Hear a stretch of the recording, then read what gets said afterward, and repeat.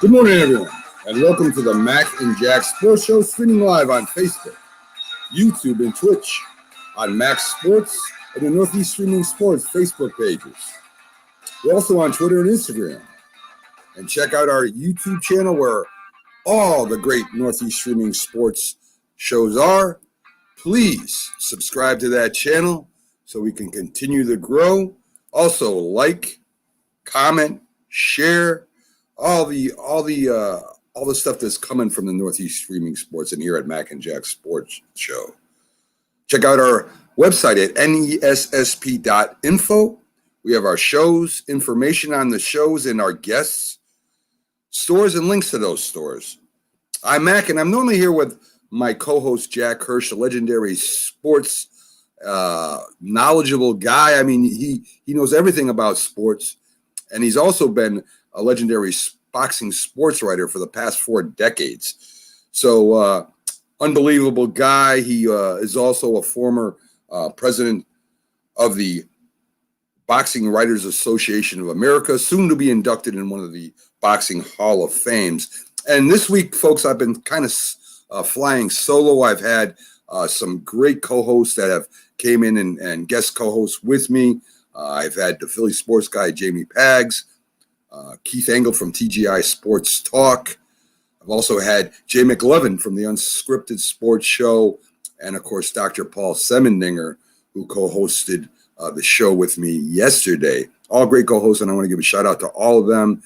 Check out the Start Spreading the News blog by it's a Yankees blog by Dr. Paul Semendinger, and all the shows that have joined me, all the guests from the shows today. The Big Shaw was supposed to be on with me, but he had some personal things he had to attend to. So I'm flying solo just with you guys today. You guys are basically my co-host this morning. Today, I'll have on Robert Butler from Sportscope, incredible commentator, has great opinions, and he'll be on about 8:30. And we have a special guest coming up at 9 o'clock.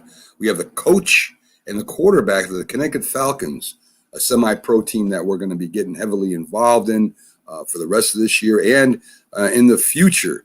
And semi-pro and me go back a long way, where I used to follow it back in the 70s, where semi-pro, where the NCAA wasn't so big, and the semi-pro teams captured some of the fans' hearts in the different states that they represented. So let's get it started, folks, with our This Week in Sports. And we do this every Sunday. We'll be doing this until the football season kicks in, where we'll be having our football show and covering the Connecticut Falcons as we go along with their season. And again, we'll have the head coach and the quarterback on talking about that and all the things that have to do with the Connecticut Falcons and the semi-pro football team. So this is our This Week in Sports show, where we kind of look at the highlights of the week and talk about the sports in general, you know, the week's in biggest sports. And I'm going to start off with the NBA, right? It's the end of the season coming up. The playoffs are going to start. Northeast Streaming Sports will be at the press conference for their Hall of Fame induction. We're going to have a special show on that, so stay tuned for that, where we'll be in the press conference and hopefully get to interview some of the inductees and maybe even some of the people that are presenting the awards. Some great basketball players are going to be going and getting inducted there, so we'll be there for that. So in the East, guys, in the NBA, the 76ers have won 8 in a row, and with the season coming to end, they're the hottest team in the East right now. In fact, they're the hottest team in basketball with their 8 wins. They beat the Pistons yesterday, 118-104. And everyone has talked this year, especially earlier, about the Nets, right? The Nets have the most talented team in basketball. And they got them great big three, they call them, players over there. We had Harden, who is one of the greatest scorers in the history of basketball. You got Durant, who can take over games. I mean, if he's healthy, he's one of the top 3 basketball players there is. And of course, you have Kyrie, who is a magician on the court, right? He can score with the best of them, and he's a heck of an athlete. So you had those 3 that they put together on a team. But like in every sport, guys, there's a lot more to winning than just your talent, right? You have to have chemistry. You have to have teams that play together well, and the Nets just haven't had that this year. They've been hurt, and even when all three have been in, which has been a few times, it's a lot more than just scoring, right? You've got to have a good defense. You've got to be able to play good team basketball. So right now they have a hurt team. They don't play well together. If you looked at the last couple of games that they've played, even when winning, there's not a lot of assists there, right? There's a lot of one-on-one basketball. You either got Kyrie driving to the hoop and making his shots from the outside. You have Durant, who can shoot from the outside, but when healthy, he can take the ball to the hoop with the best of them. And then you have Kyrie. And all three of these players, when they're the leader of the team, they kind of they're out there and they're stars. But when they're leaders, they seem not to be able to, control a game. And Coach, I have you backstage. Remember, you're in at 9, so if you would come back in at that time, maybe you're just testing the link. Coach Matthew Tomcheski will be joining us in the 9 o'clock hour, along with the quarterback of the Falcons, Ryan Fala Guerrera. And I hope I'm pronouncing that right. I hope he if I'm not, he corrects me on the show later on. So as I was saying, you had Durant, who joined the Warriors, right? And he couldn't win by himself on the team he had. But he joined a team that was already a great team that would probably have gone to the championship and might have won it even without him. You had Kyrie, who was with LeBron James. LeBron James, of course, was the leader of that team. And he won that one championship, made that one shot with him. And, of course, there was a rift there between the two of them. And then, when you get to Harden, how many times has Houston got towards the playoffs, close to the championship, and couldn't put it together? So everybody thought going into the year when they formed this team, wow, this is it. This is a team that can go and win the championship. And any team sport, I don't care if you have a lot of talent or not, you've got to be able to play together, right? So if you look back in the past to the Lakers, you had Magic Johnson, but you had Kareem. And Kareem, probably one of the greatest basketball players in his own right in the history of basketball. But Magic was a leader, right? He was his point guard, and he ran the show. And you had other players that were built around the team that did their part, right? Worthy coming down. How many times did we see James Worthy coming down the floor with Magic Johnson and him dishing it off to him for an easy layup? Well, we saw that a lot with Showtime, right? That was what they did. They played a fast pace, move the ball up the court quickly, and score. With Boston, you had Bird and McHale, and they had the pieces around him. I mean, McHale, in his own right, one of the best power forwards in the history of the game. But Larry Bird ran that team from the forward.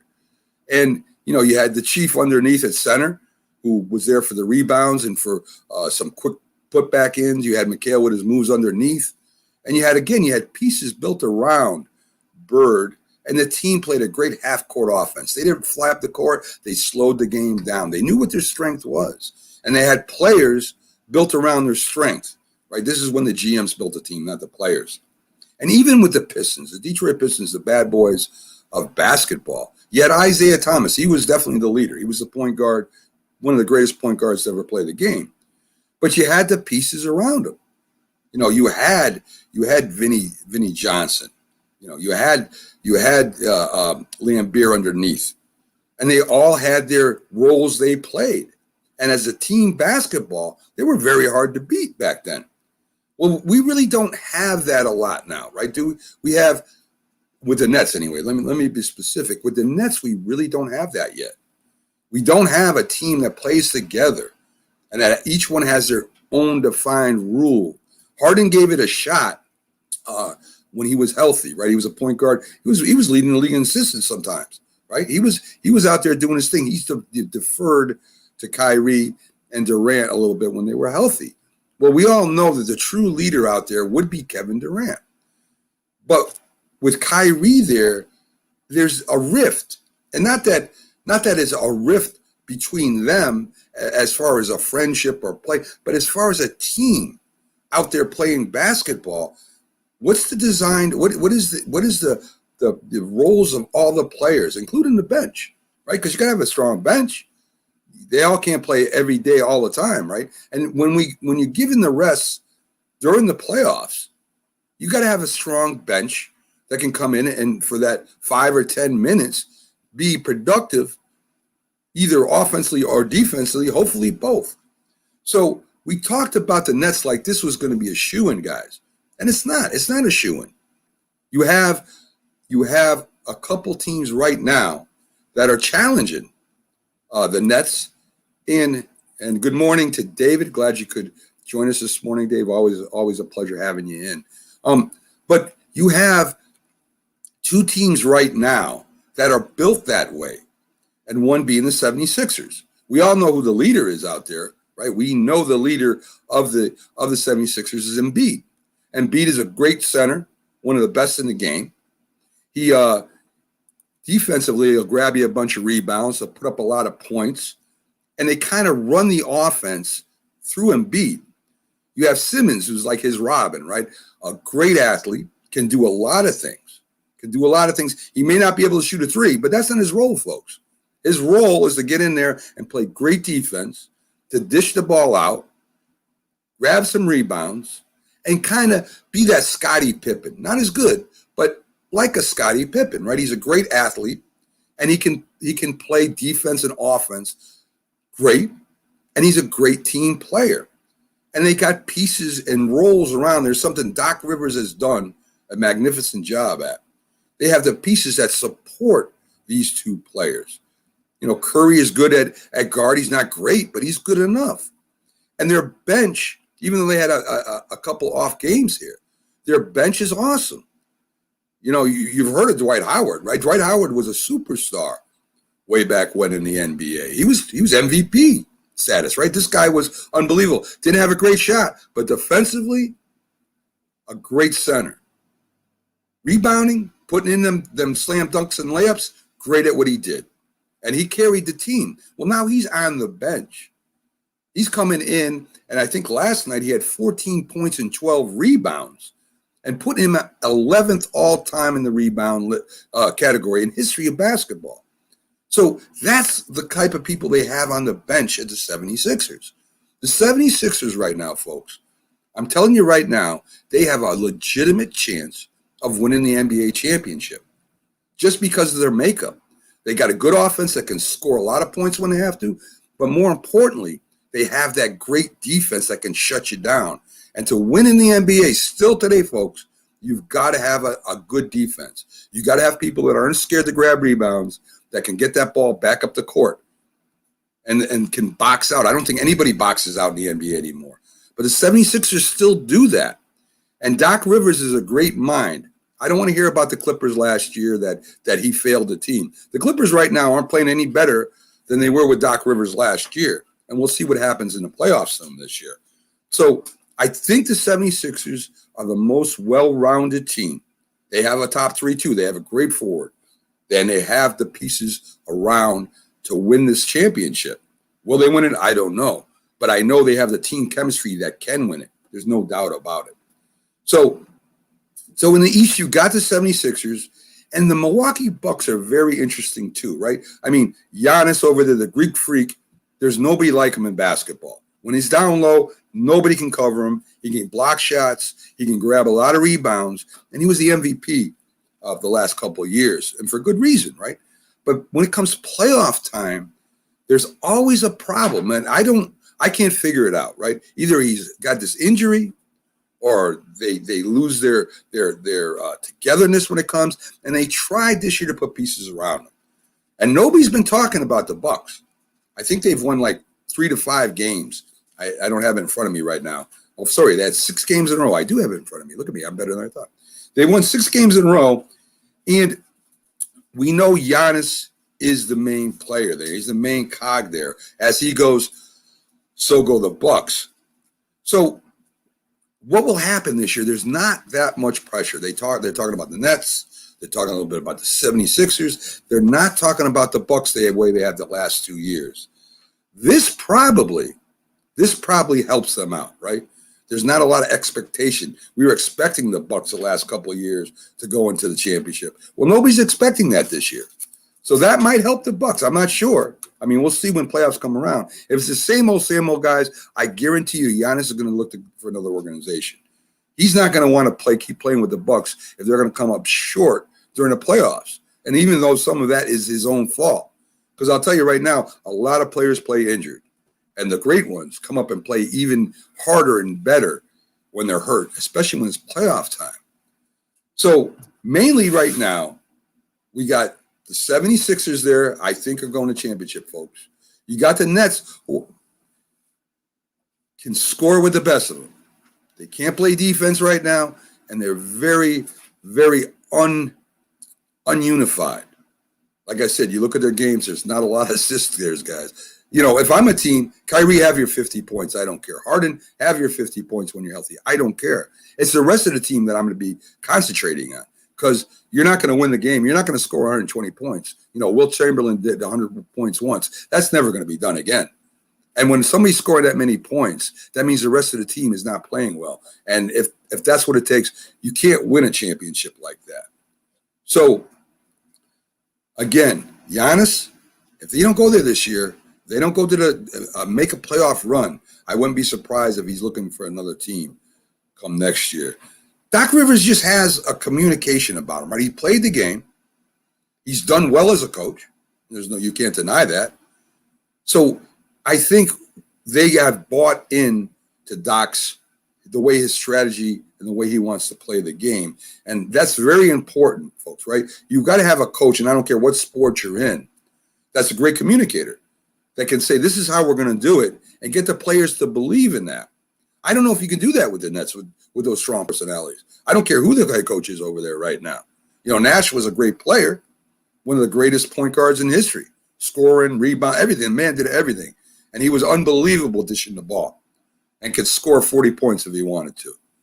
But I don't know if any coach could handle those kind of talent, of those superstars, of that magnification in one room. I don't know if he can. And he's, you know, this is his first year.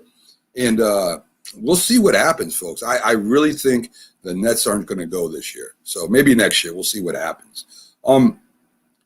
If you look in the West now, the surprise, I don't know if it's more surprising the Utah Jazz is in first right now, or that the Lakers are getting to the spot where they may have to play for a one-game playoff to get into the spot. Beginning of the year, what do we say? The two LA teams, right? The Lakers, the Clippers. That's who's going to go. Well, I'll tell you, the Jazz and the Suns have something to say about that, don't they? The Jazz have kind of caught fire a little bit right now. They're 15-18. They've won their last 5. They got the best record in NBA at 15-18. And this is a team, again, that plays team basketball, right? You don't hear about a big three so much with the Utah Jazz because one of the big threes is an outstanding defensive basketball player. So you don't really hear big three when it comes to the Jazz or big two. You just talk about the Utah Jazz. Built to win. The Suns have surprised everybody. Nobody expected the Suns to jump up there and be in second place, right? The Phoenix Suns are giving everybody fits. They just beat the Knicks. The Knicks, one of the best defensive teams in the league. And they were behind and came back and ended up winning by a lot of points. Phoenix is no joke, guys.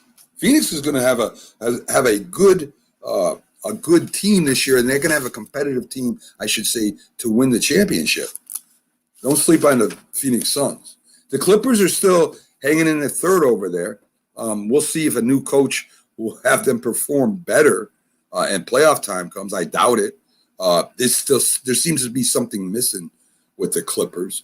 The Lakers, wow, huh? In the beginning of the year, folks, I said, I don't know if they have the depth to win. Last year's champions, you put LeBron and Davis on the court together at healthy, they're hard to beat, right? They showed that last year when they defeated the Heat. Miami came out of nowhere.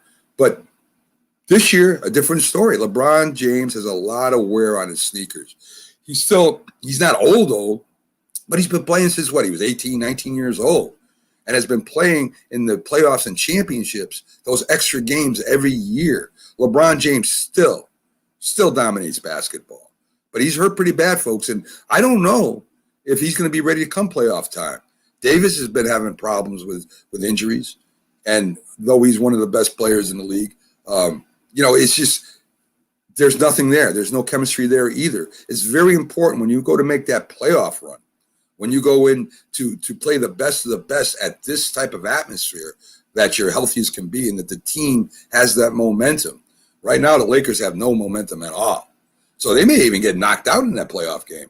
I'm not, we'll see what happens there. It's going to be very interesting to see who ends up winning the West. And right now, guys, Jazz and the Suns, I'm looking for either one of them to win that West.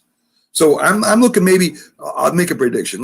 Let's say Phoenix versus the 76ers. I'm just going to go out on a limb right now and say that.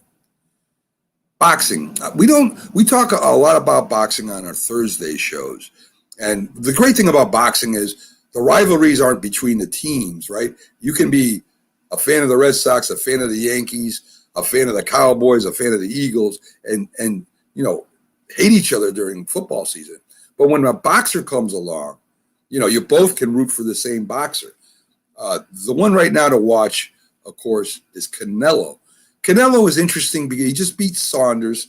The corner actually kind of, I don't want to say threw in the towel in the 8th round, but they stopped the fight because his eye was injured. They think that maybe there might even be some kind of a permanent injury coming from this fight. Boxing's starting to get good, folks. It's coming back. There are more channels, pay-per-view. I don't like pay-per-view, but there's more channels right now. You got ESPN covering it. You've got Fight Channel covering it. You've got a lot of different channels, so check it out. There's a lot of good matches coming up, but Canelo is the most interesting one right now. Canelo now has 3 of the 4 super middleweight belts. And I don't even know what super middleweight is, but, that's for another time, folks. But he's very interesting because he can box there. He can drop down to middleweight, and he can move up to light heavyweight. And this is going on a lot in boxing, folks, right? It started way back when Durant moved up and Sugar Ray Leonard moved up to fight in different divisions. Tom Hearns, too, the great Tom the Hitman Hearns, did this. They put on the weight. They had the frame to do it. Canelo is not a huge guy, but he's an unbelievable boxer, and he's probably the biggest name in boxing right now. So you got Canelo, who can do a lot of different things. He can move up as a sniper and just fight for a belt and go back to super middleweight if he wants. So in the light heavyweight division, guys, it's going to get very exciting very soon because you have Artur Beterbiev, one of the most powerful boxers out there, pound for pound, great technician. You got Bivol out there, who's also a great technician. He's a great boxer. You have Joe Smith, who is, he reminds me of a lot of the Raging Bull, right? He can take a punch, but man, can he give him. He doesn't stop. So those are 3 really good light heavyweights that are in the division right now. And you have Canelo, who can move up and fight there.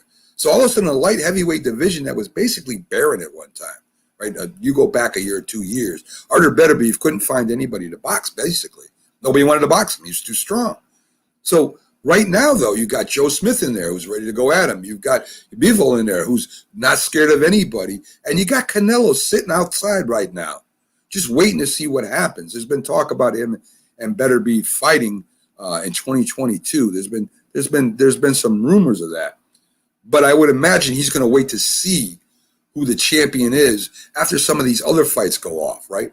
Because, Joe Smith and Beterbiev are headed for a crash course. And this is going to be an exciting fight. Bivol's right there, too. He's ready to get in there and mix it up. So boxing is starting to come back a little bit, folks, right? And I'm a huge boxing fan. I love boxing. Loved it since I was a kid when I saw Frazier Ali, the first one, the fight of the century. And having Jack on the show, a legendary boxing writer and former president of the Boxing Writers Association, he has all the connections. So we can get a lot of good guys on here. We've had promoters from Star Boxing, from Top Rank. I even interviewed, believe it or not, Bob Arum, who is a legendary promoter. Him and Don King are the most legendary promoters in the history of boxing. And I got him on because of Jack. Jack has a lot of connections out there. So that's where we are right now, guys. We have an NBA that's really coming to an end. I think surprising a lot of people at the end here. The East and West pretty much are still up for grabs, but I got the 76ers playing the Suns for the championship. I just feel those two teams have the most momentum. The Jazz are close, man. The Jazz could get there too, but I'm going to go with the Suns just to make a pick there. As I said, we'll have Robert Butler coming up in a few minutes, and we'll be going over a lot of topics, folks, today. We're going to talk a little bit about Rodgers. I know maybe it's getting boring, but there are other things always coming out about Rodgers. And with that being said, backstage right now, one of my favorite guests comes on with us every Sunday, and a great commentator, folks. You got to go see SportsGo if you have a chance. I mean, they're on almost every platform. Just look it up. And this guy does a tremendous job over there, especially covering the biggest stories in sports, which a lot has to do, of course, with the NFL. So let's bring Robert up and see how he's going. How you doing today, Hey, Mac. I read that Jack's going to be out the week. I was wondering how that conversation went. Mac, you're killing me, Mac. I'm working harder now than I've ever worked, Mac. It's too many hours. I got headaches, Mac. Too many marathons. I'm sorry. Edit this part out. I'm sure he's gonna be mad at me for doing it. Yeah, that's all right. That was a pretty good imitation. You got to get a little bit more. They did it in the '60s, Mac. Come on, we know how it is. Yes, Robert. I mean, he's down in Florida right now, right? He has a big family gathering. He's gonna have all the grandkids there, and he has a lot of grandkids. Oh, nice. And he said the only way I would be able to do it was maybe hide in the closet. But those kids would be knocking on that door. There's too many people around here, kids running it. I can't do it, Mac. It's not professional. Yes. I can hear him talking in my head. Oh, big time. And, I was lucky enough to have Pags on with me and Keith, and Jay McLovin even stopped in from Unscripted. And they did a great job for me co-hosting. And, today I'm going solo, but I got you for at least a half hour, so I'm happy. Man, I hear you. Yeah, and we got the Connecticut Falcons, a semi-pro football team that we're involved in. I'm going to have the coaching quarterback up in the next hour. Okay. I don't know what kind of semi-pro sports you have down there, if you have football in Tennessee or not, semi-pro football. But at one time, semi-pro football was really big, Robert, before the NCAA got to where it is right now. Yeah. I mean, going back in the 70s now. And they had some tremendous players down there, all pros in football, NFL. Played for the Hartford Knights that I know personally.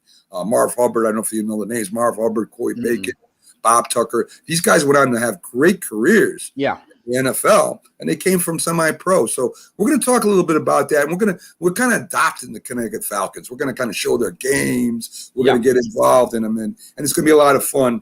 And maybe it can come back almost to what it was, at least in the 70s, where people went out and supported. I mean, they sold out stadiums, Robert, at one time. Yeah. Oh, that'd be awesome. Yeah, we had the Arena League here for a little while. I went to a few games in February about 10, 12 years ago. We had some guys that make the pro. I think Jay Gruden coached in the Arena League, John Gruden's brother, and won the championship with the Orlando team. So, yeah, it's not bad. And some of these guys, like I said, they make it.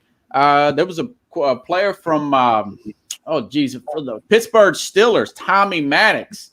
Right, was in the first semi-pro league started by Vince McMahon. I forgot what XFL, the first XFL. He stayed there until Roethlisberger was drafted. So I mean, there's been a lot of tries, like the XFL, the USFL. There's been a lot of tries to compete with the NFL, and that's impossible, Robert. Nobody can compete with the NFL. That's why I tell the other sports, don't do it. Just go around it. Right. So these guys, what they do, they do a spring league, and I know there's semi-pro leagues across the country. And, we're going to kind of put some shine their way and see if we can get semi-pro going again, especially up here in the East for now. And it should be a lot of fun talking to them. So let's start with Rodgers. I get bored of stories a lot, very quickly because, it hits and it leaves and that's it. But Rodgers keeps on going. I mean, the Green Bay Packers have done everything but marry him. Propose marriage to him to try to get him to come back to Green Bay. And it looks like he's having nothing to do with it. He does not want to be in Green Bay.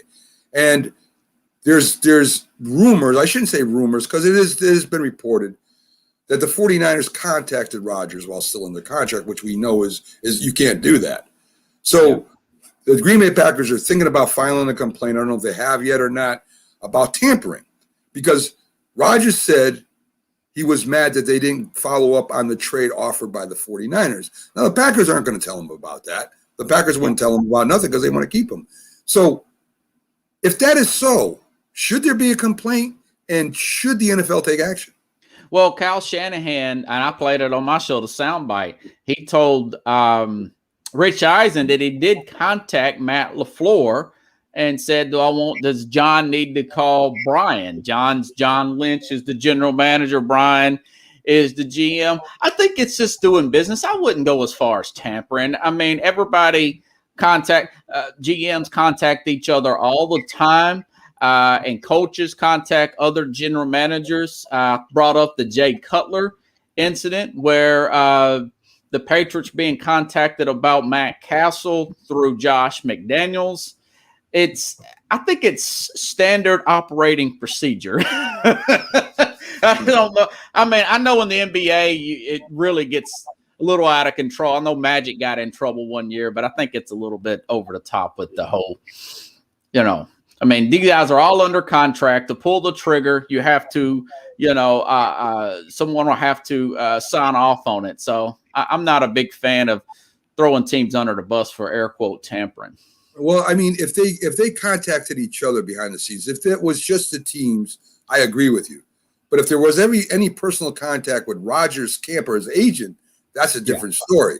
And this is what the Green Bay Packers were inferring, that they talked to Rodgers or his agent directly, and this is what they're they're inferring here. I mean, I think who really cares? I mean, it doesn't matter if Rodgers is unhappy, he's unhappy, and he would be, whatever the case may be. So, and as we pointed out, the Green Bay Packer fans own that team, Robert. So, what do you think right now, being a Green Bay Packer fan? I've listened to a lot of talk, and I've read a little bit about this. I mean, you're a Titans fan, correct? And if your running back said he wanted out and wasn't going to play, and even though you guys are going into playoffs, and say you even win a Super Bowl, I mean, as a fan, how would you feel about that? He's going to do everything he can do to leave. Yeah, well, see, I play a lot of daily fantasy, and I would tell fans and anybody just working with teams, just take the emotion out of it. Take the emotion out. Once you take the emotion out of it, you look at the raw numbers. Can we move on without this guy? Life goes on.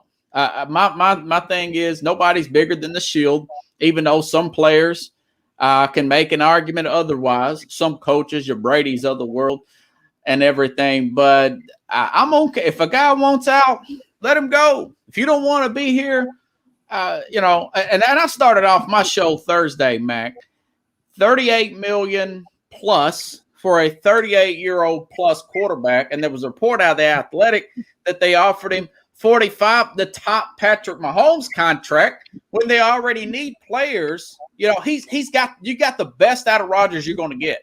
His stock is really high. I don't know why they just don't move on. I understand that they're owned by the fans, and it's a lot of bureaucracy and red tape with Green Bay. It's not just one owner that can make the decision. Right. But I tell you, man, if the guy's not happy there at his age, who knows? I mean, Brady is such an outlier. I mean, we've had Breeze retire, Phillip Rivers, and they're all around just a few years older than Aaron Rodgers.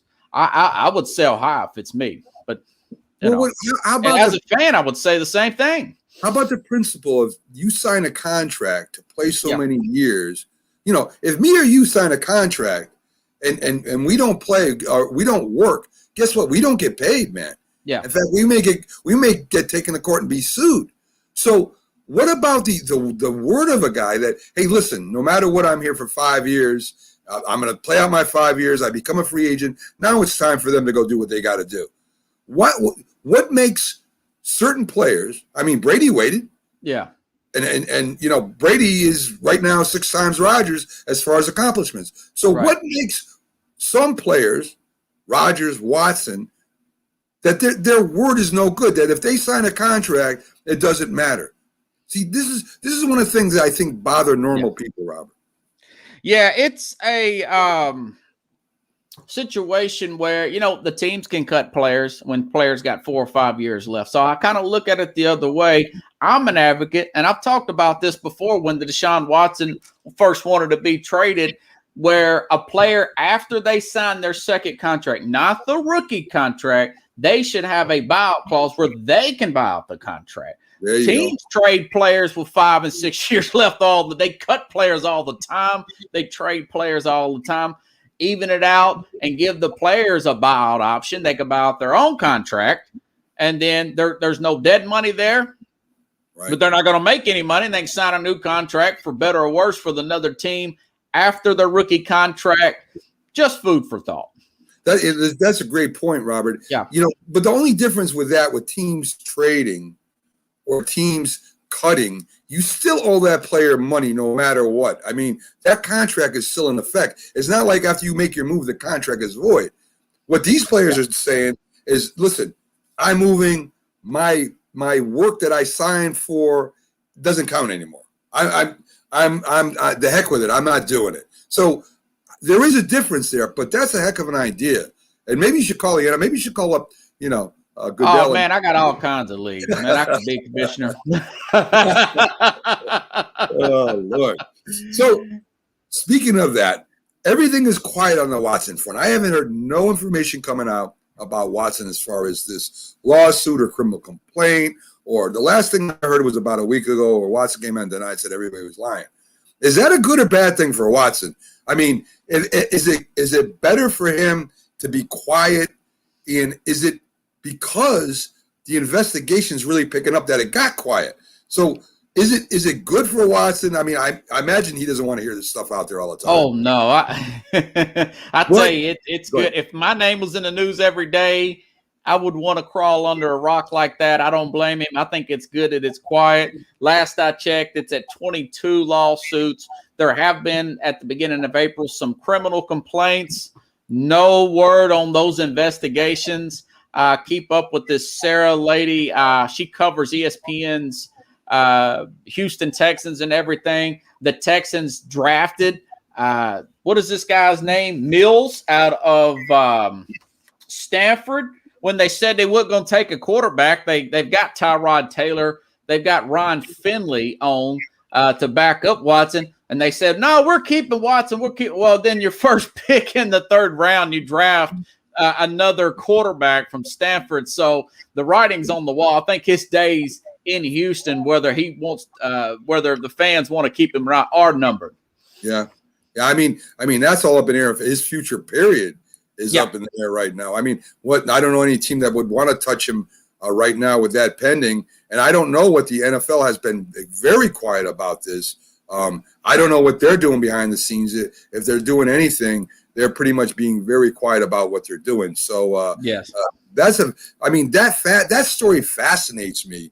How this quarterback demanded to be traded, and then all this stuff came down. He was ready to sit out, and then all this came roaring through. It makes me wonder if the Texans knew something about this before it became a story, because they weren't going to trade him. So I don't know if they did, maybe they would have traded him. I don't know, Robert. Yeah. Good conventional business would say trade him while he's hot, and then as soon as he gets traded to the Jets or somebody, all this stuff comes down. Then it would look like they did know something. Now that would be great for our show, though. I mean, it's good material.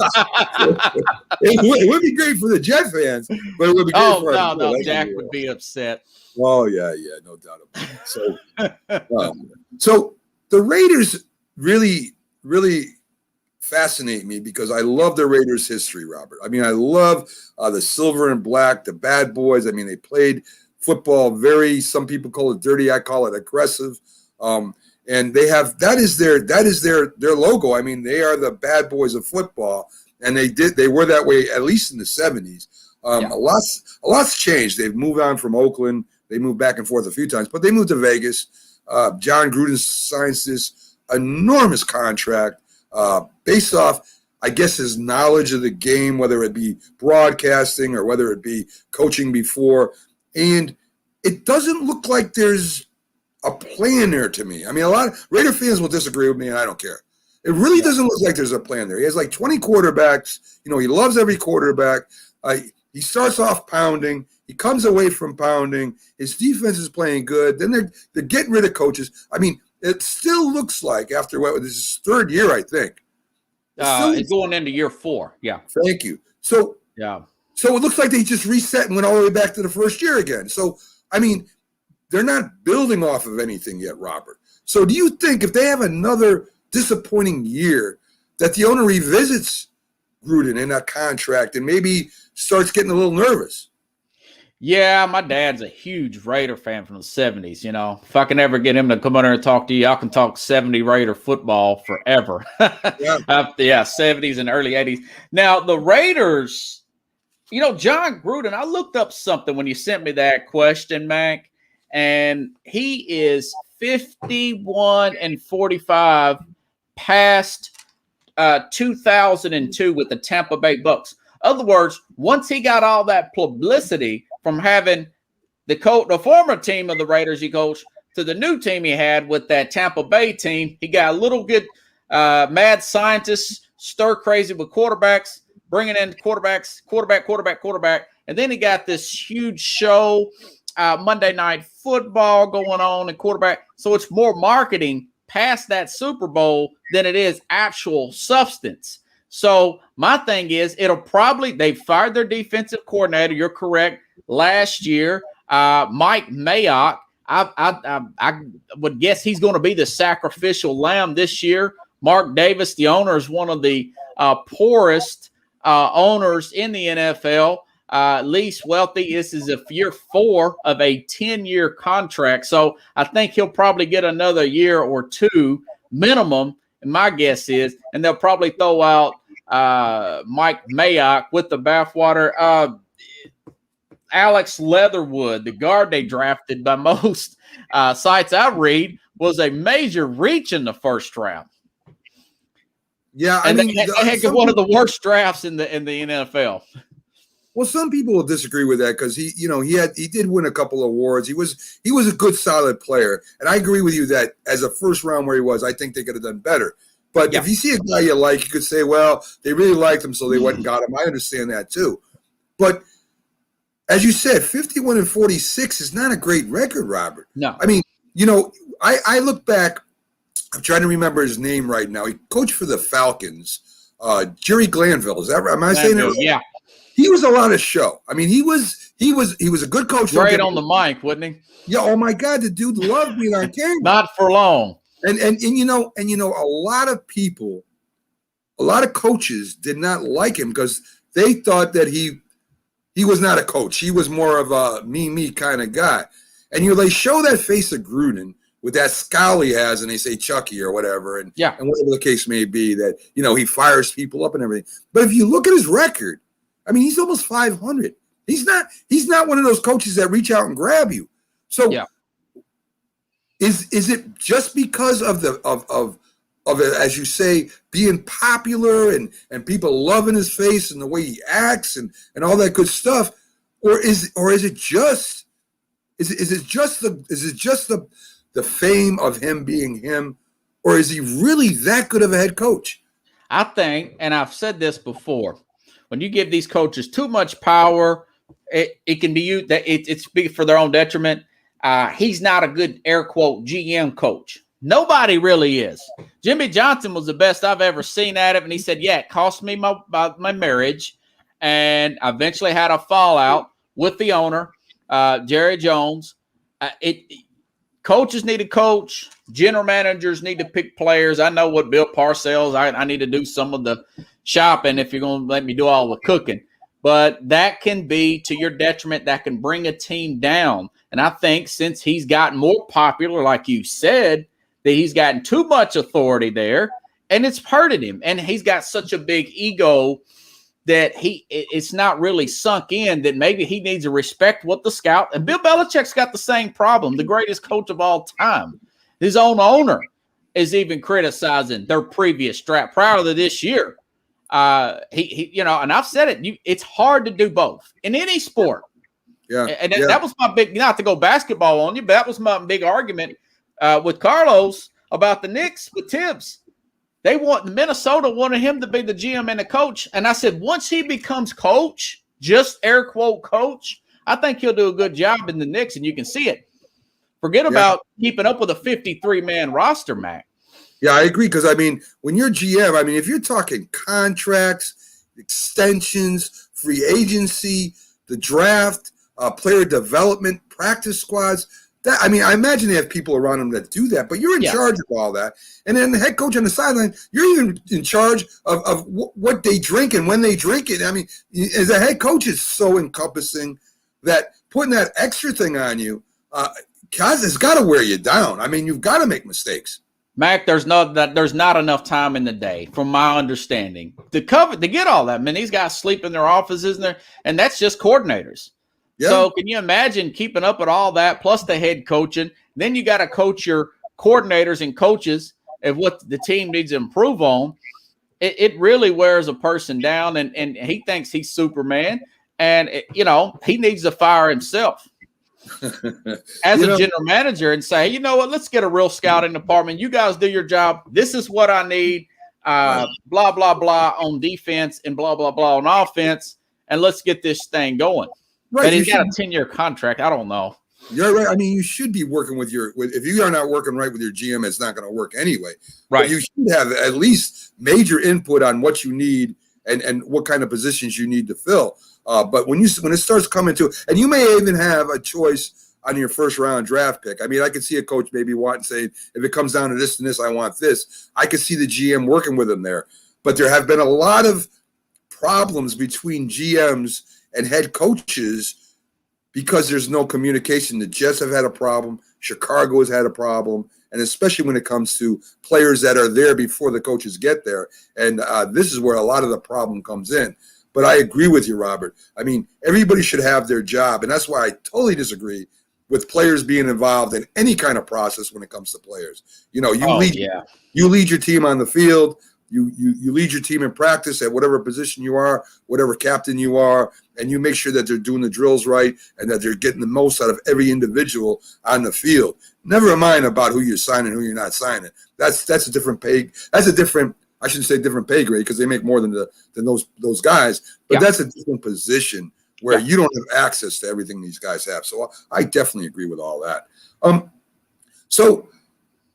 always think now, Robert, I played baseball and football when I was younger, right? Yeah. I was pretty good at both, right? I could do both very well. And I was sitting back thinking, if I had to pick a sport, I'm a young man, and I'm coming in and I'm lettering in all the sports, right? I'm good in basketball, I'm good in football, I'm good in baseball. Which do you choose? Which would you choose? Which sport would you choose to enter in? I imagine you want to go with your first love, but you would have to take longevity, health, all that into consideration, I would think, and of course the pay. So if you're a four-letter guy, Robert, who are you choosing first and why? Right. I love watching football the most, but I didn't like getting hit that much. I didn't mind doing the hitting, but man, like I told you, I got this injury on my elbow. Fullback put his helmet right in that funny, and it still feels out of place to this day, Mac. I tell you, I grew up watching. My first love was basketball. I wanted to emulate Jason Kidd, John Stockton. I played defense like Gary Payton in the backyard with my friends. Pat Ewan with his ability to post up and all that. The Jordan fadeaway. So if you had asked me 25 years ago or 30 years ago, Mac, I would have said a point guard in the NBA. If you asked me in 2021 with the new rules with football, I'd probably say NFL quarterback. They don't get hit in practice. You can't hardly hit them in a game if they're staying in the pocket. If they got the ball even remotely in their hand. And it's, you use the instant replay. If it's just a little bit on his fingertip, and you blast that quarterback, that's a 15-yard penalty. Right. So I would probably say NFL quarterback if I was 6'4", 225 and had right.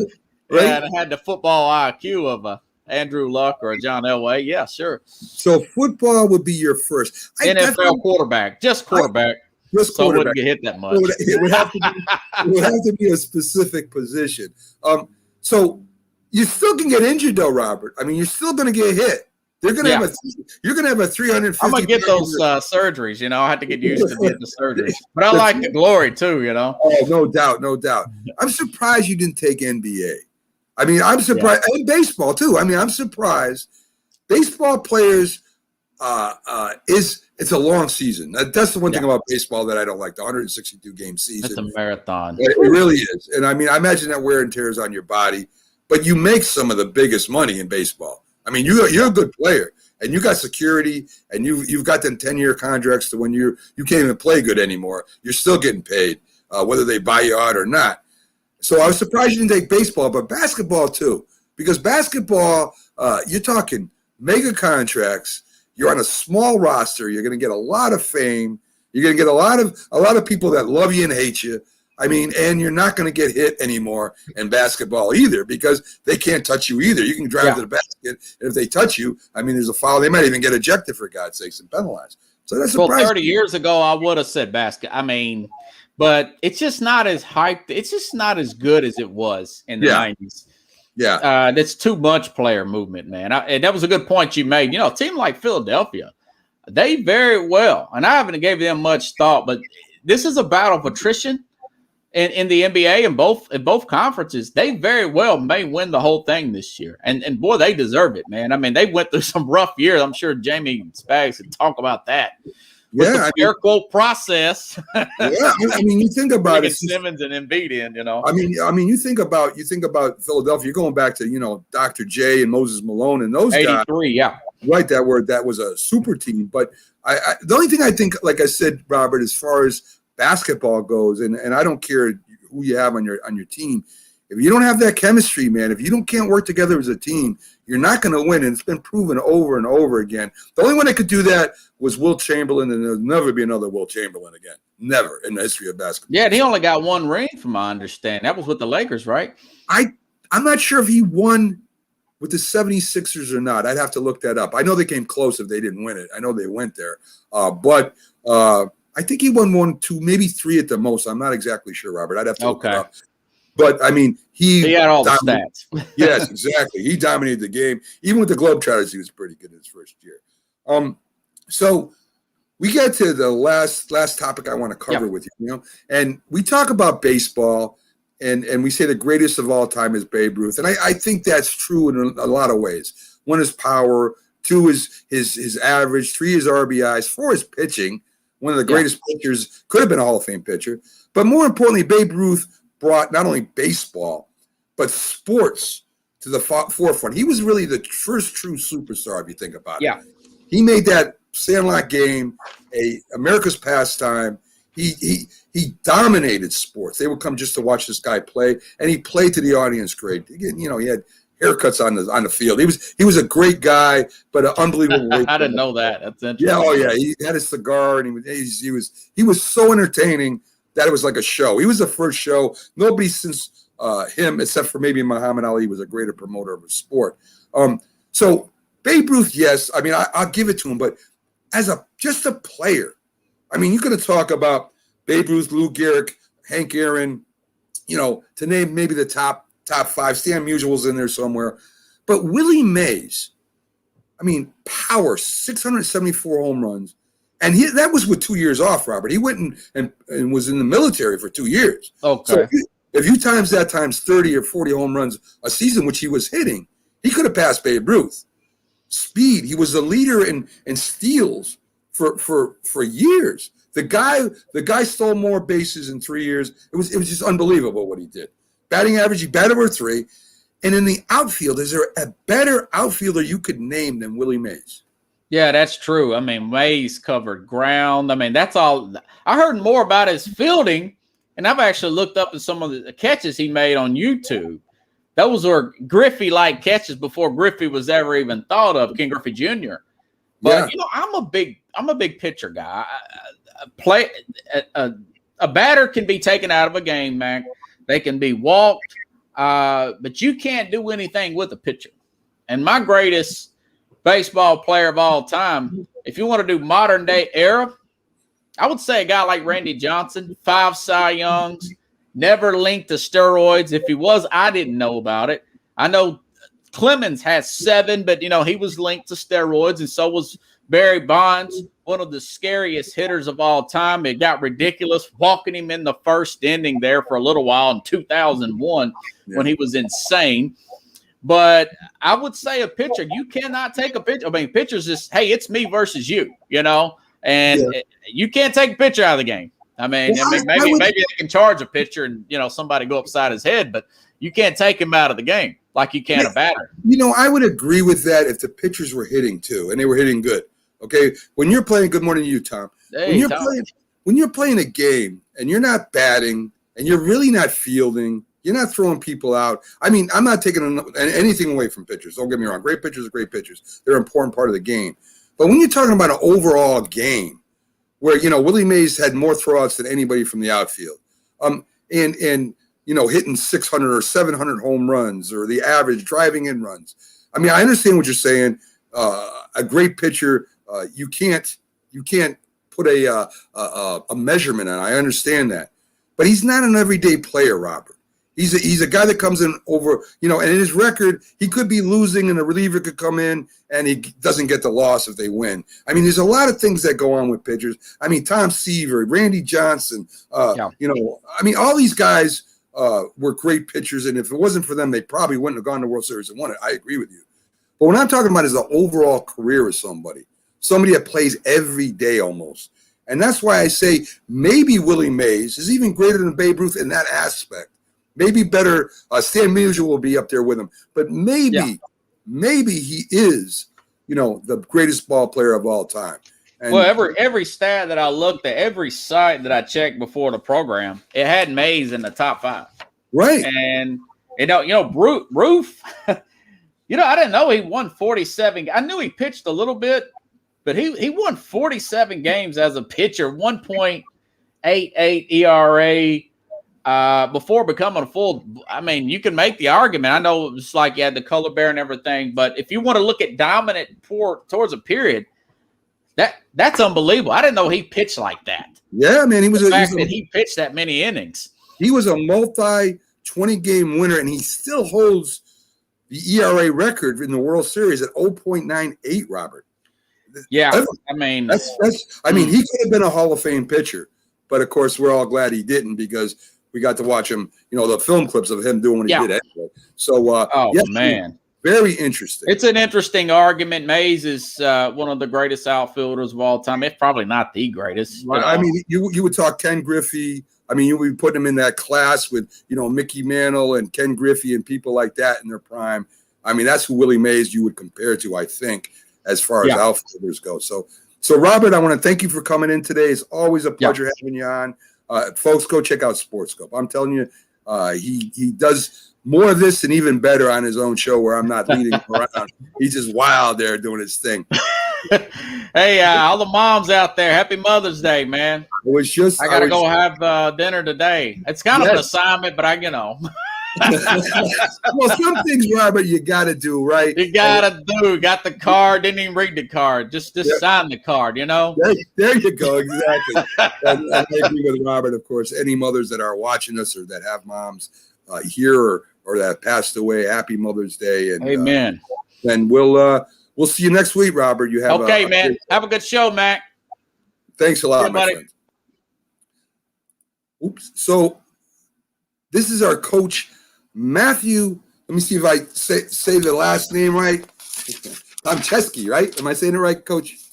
Yes, sir.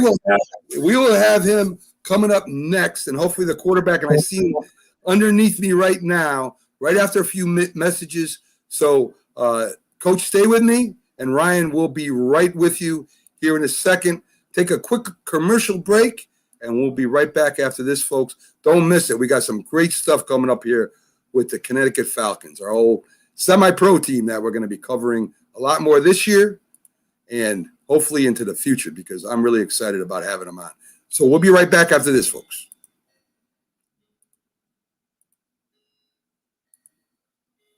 If you talk and they will hear you every single time.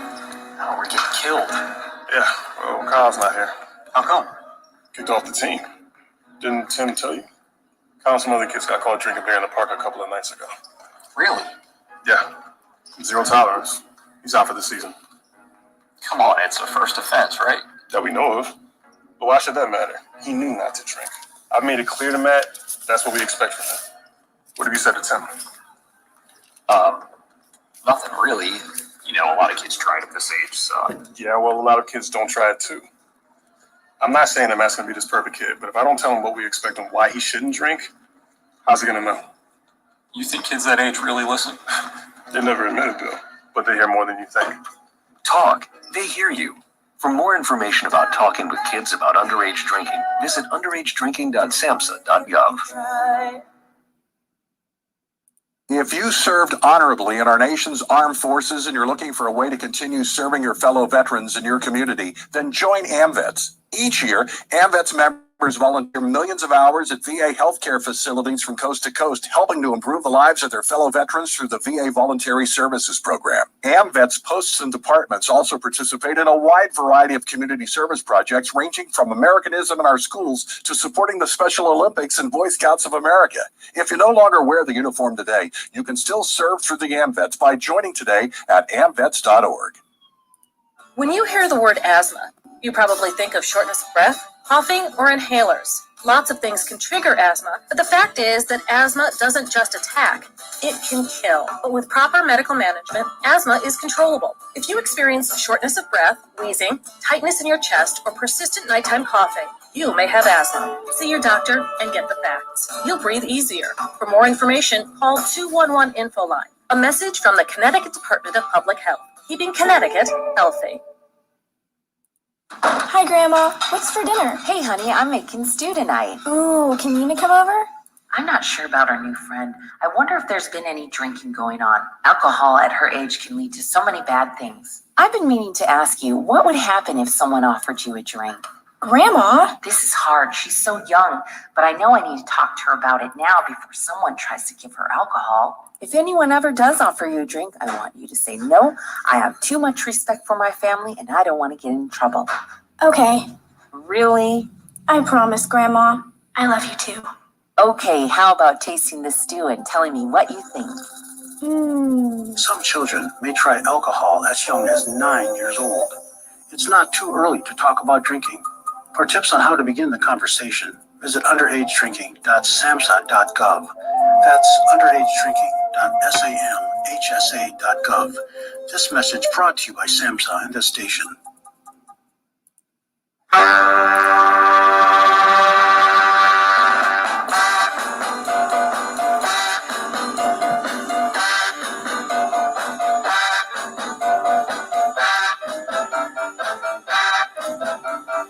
Good morning. You're listening to the Mac and Jack Sports Show on Northeast Streaming Sports.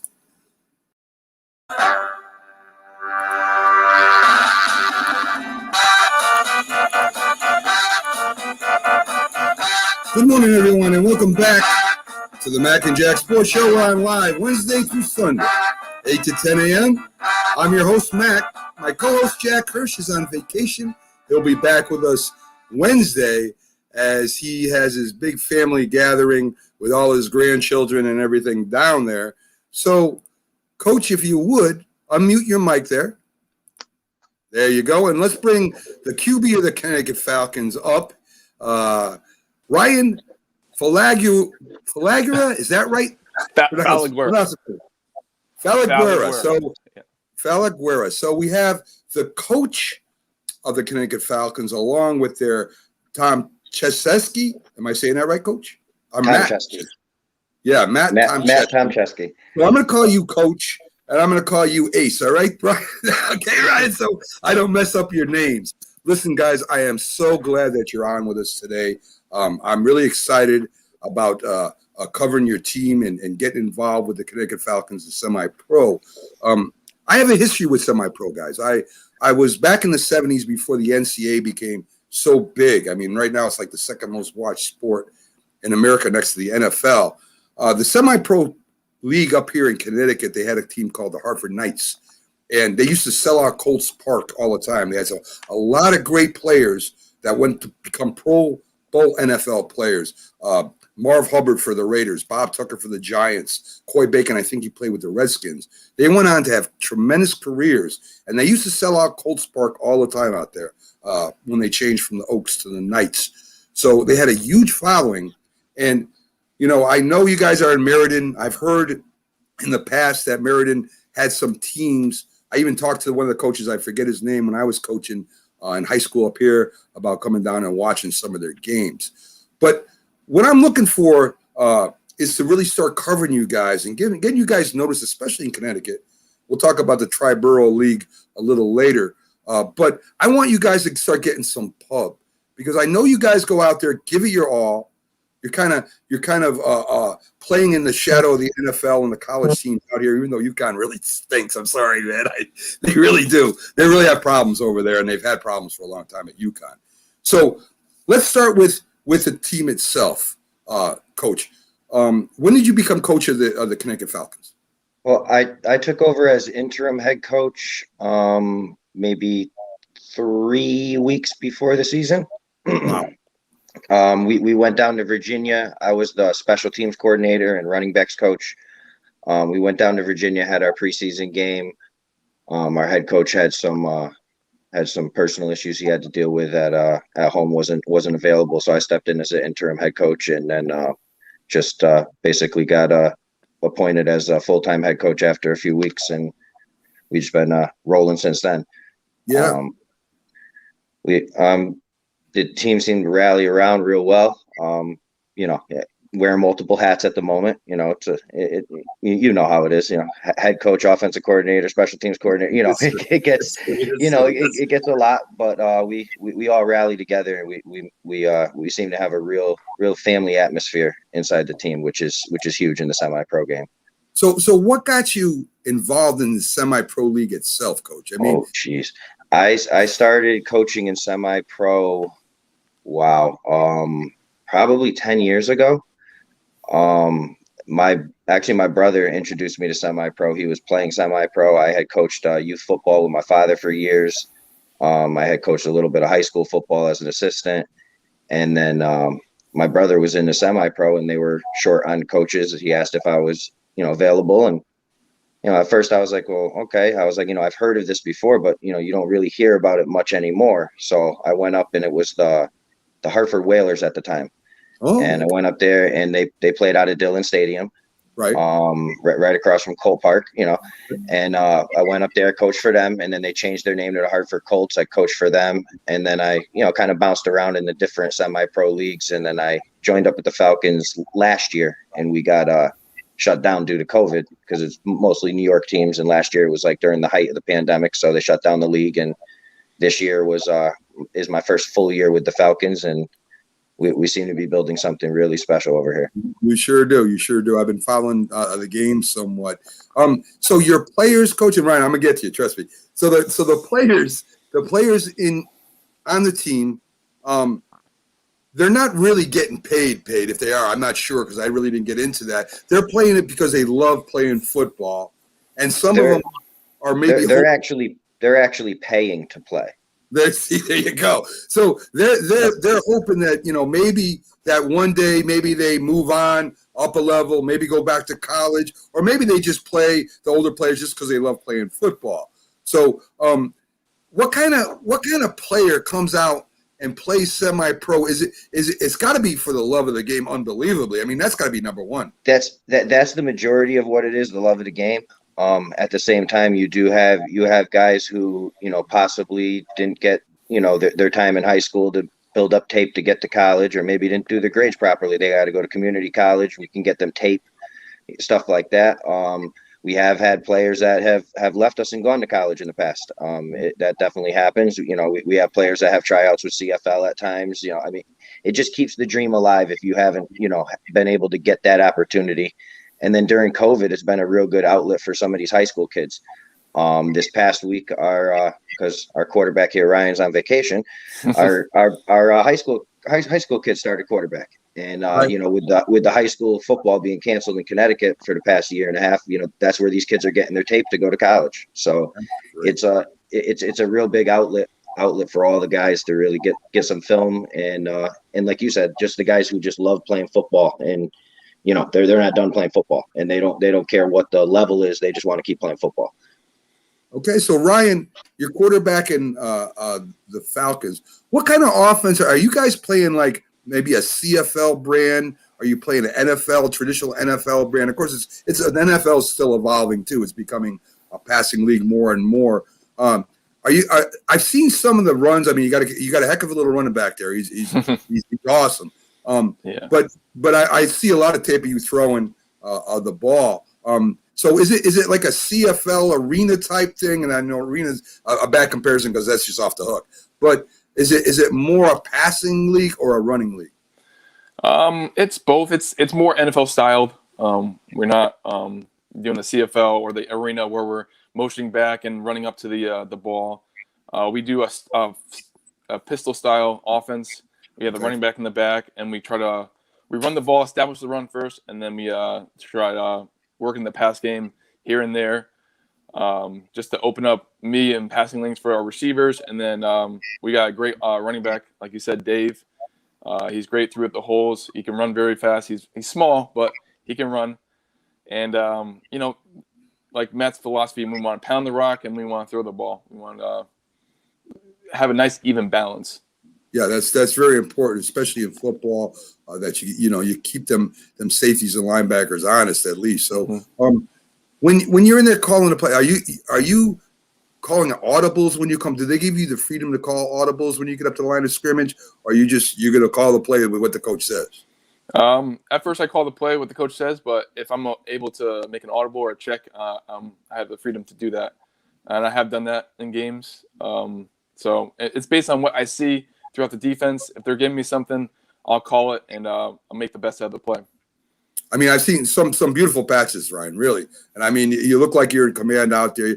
I don't know, but I didn't look at a lot at the tape. I've been working my butt off at my other job right now. They're shorthanded, so I've been crazy. But I saw some of the game, and I think the last game, Coach, you guys won was 16-2, if I'm not mistaken, correct? I think you got a safety. So you shut that other team out. So talk to us a little bit about your defense. Our defense, the past 2 weeks has really stepped it up. They've been making the stops when we need them. Early in that game, they got a drive going. There were some penalties. They got a drive going. They got it right down to the 2.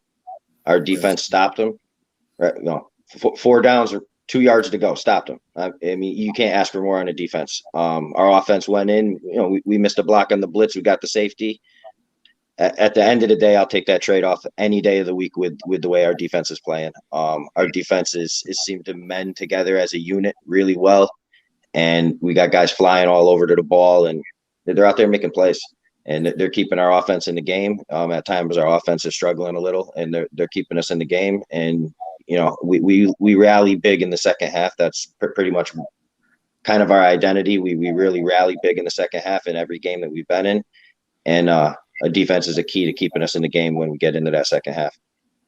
So Ryan, when you're out there on the field and it's the end of the game, because I saw a couple, in the fourth quarter where you guys came back and you won the game. You got an outstanding receiver there that has pretty good hands, and I seen the catch he made at the end of the game. Pretty much, I mean, time was running out there in the fourth quarter, and I mean when you're in that kind of position.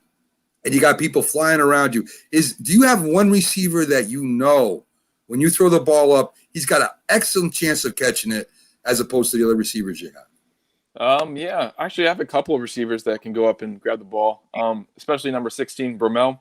Yeah. He definitely helped me out in the Huskies game, our first game, in the overtime win. You throw up the ball, he'll get it, 50-50 chance. He's coming down with it 90% of the time. And then we have Carlos. He's also a great receiver going up and to get the ball. I trust him with a 50-50 ball. Really, I trust all the receivers, going up and getting the ball. They're all very talented. But, I have trust in all my linemen and all my receivers helping me succeed. So in coaching and your team, I think you carry a lot of guys on your roster, right? I think I saw it was like 75. Am I mistaken? I mean, you got a lot of players. When we came into camp, we had 78, I believe, 78 players was total. We're allowed to carry 50 men on our active roster weekly. Okay. So 50 men are able to suit up, 50 men are able to play. So it depends weekly. You know, some guys can't make, you know, people have jobs, but we have a solid 55 guys that we have, and those are 55 that we really go with every week. So this is your first year. So are you still figuring out your rotation? I mean, you know, you've got some guys that are better at other things than other guys, right? Where some rush the passer better, some are better in coverage. Yes. And that's why I believe our defense has started to pick it up the last couple of weeks. We figured out a couple different packages for our pass rushers, a couple different rotation wise. We straightened that out a little bit. On the offensive end, I'll be honest with you, like Ryan said, I like to be very balanced, but at the same time, I'm an air raid guy. I like the air raid offense. That's what I like to run. I like to, you know, put that guy in motion, get to the trips. I like to throw the ball, and then run it. But we have tremendous running backs, and our running backs are working hard, and we're getting 200 yards a game on the ground. So we need to keep running the ball. We have 5 receivers that really could probably start on almost any team in this league. I mean, we have studs at receiver. We have a bunch of playmakers, and it's tough trying to get them all the ball, to be honest with you, as a head coach, to look over there and see all those weapons, and, you know, to know that, you know, you're trying to get each one of them the ball, but if one's on fire, I'm not letting him go out. He's getting fed the gasoline, and we're taking the W and going home. You know. I hear you. So how about your offensive line? Of course, the most gets the less press, but of course that's the most important thing on the offense. I don't care who's throwing the ball or catching the ball. If your offensive line is no good, you're in for problems. So with your offensive line, is there any kind of rotation in there, Coach? Is there any, or is it just the same basic 5 every game? Yeah, no, we've had a lot of rotation actually, because our starting right guard had come down with a knee injury, had to take a game off, came back. We had to slide him over to protect his knee a little bit. So there's been a lot of rotation on the line. Guys have been filling in where we need them, and I mean we do have a solid set of guys. It's just as we move them around, them getting all on the same page. So we seem to start a little slow on the O-line, and then really ratchet it down and get together and figure it out, because, you know, teams like to bring these exotic blitzes at us, and you know, if you're not running the same 5 every single time, you got to really communicate. And our O-line coach has done Coach Bennerman, he's done a great job at making the adjustments when needed, and you know, fixing any holes that end up popping up in the O-line week to week. I mean, sometimes it's just a matchup, you know. Sometimes, you know, our normal backup left guard might be better this week than our starting left guard, just because of the matchup he's going against. And everybody on the teams really seem to buy into that, you know, it's week to week, it's a matchup, and we're going to do what's best for the team to win the ball games. And very important too. Ryan, when you do practices with your, you know, with the offense, how many times do you get to practice before the year? And how many times during the week do you all get to go out, work on your timing, work on some plays, if there's any new plays, or just the timing of the patterns and the running backs and all that? How much practice do you guys actually get in before the season and during the season? So we started practice, around like February, January. So we got in probably 8 or 9 practices before our first preseason game. And usually we have 1 practice a week. It's usually Wednesday nights. But by lately, we've been getting great numbers, 20, 30 people, coming out and, getting that work in with us, which is great, especially because, I played semi-pro my whole entire life or, the last 4 years. And sure. I've had numbers kind of go down where we've gotten, 30 our first practice of the week. And then the last week we'll get 5, 10 people. So sure. It's important that we get numbers and we practice and we get our timing down and we get communication down. It's very key and important for the next game coming up. Definitely. So Coach, when you're coming out, do you guys study tape of the last week's game, and what does that look like? Is that just between you and the coaches, or are you going over with your players also? Is that part of the Wednesday practice, or is there a different day for that? No, there's a different day for that.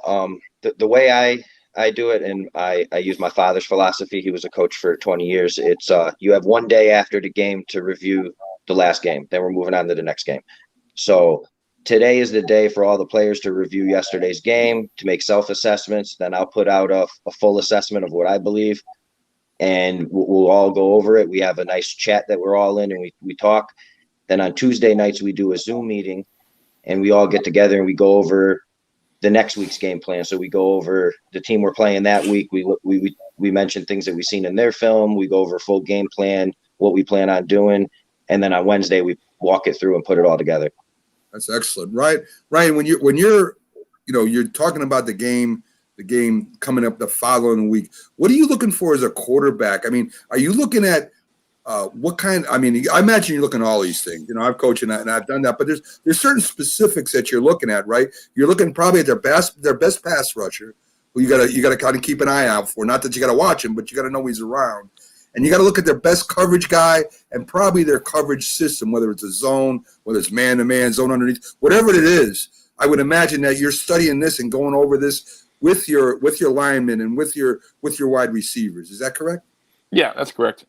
So basically, when I'm watching film, I look at the defense as a whole. What coverage are they playing? Are they playing soft? Where we can get our matchups on with our receivers. Is it the line that's going to be heavily blitzing all the time on the defensive side? Is there a key linebacker that's destroying the game that I can look for? And then, during the game, we go through matchups too. We talk to Coach Matt and we talk to the line and the receivers, see where we can get our matchups, and we expose them. And then we go from there. So suppose, Coach, the game plan, everybody has a base game plan you're going in. And all of a sudden it's not working during the game. Where do you make those adjustments? Are you rotating players in to get a better matchup, or are you just sitting the guys down and saying, "Listen, this is what they're doing, and we've got to stop this certain thing they're doing to be successful"? And how do you go about that with them? It's definitely a mixture of both. Obviously, if a guy's getting beat and it's a technique thing, we're going to pull him out so we can talk to him and let him know. If we just feel we have a better matchup for a certain play, we're obviously subbing a guy in for that play. But after every series, our quarterback goes with our receivers to the bench. They go over what they're seeing, what they're going. I mean, as soon as they come off the field, there's no walking around. I mean, they go right to it and go right into figuring out what happened on that last drive. Good drive or bad. And the running backs go over with the O-line and talk about what's going on over there. And they're all in proximity. They can all get together.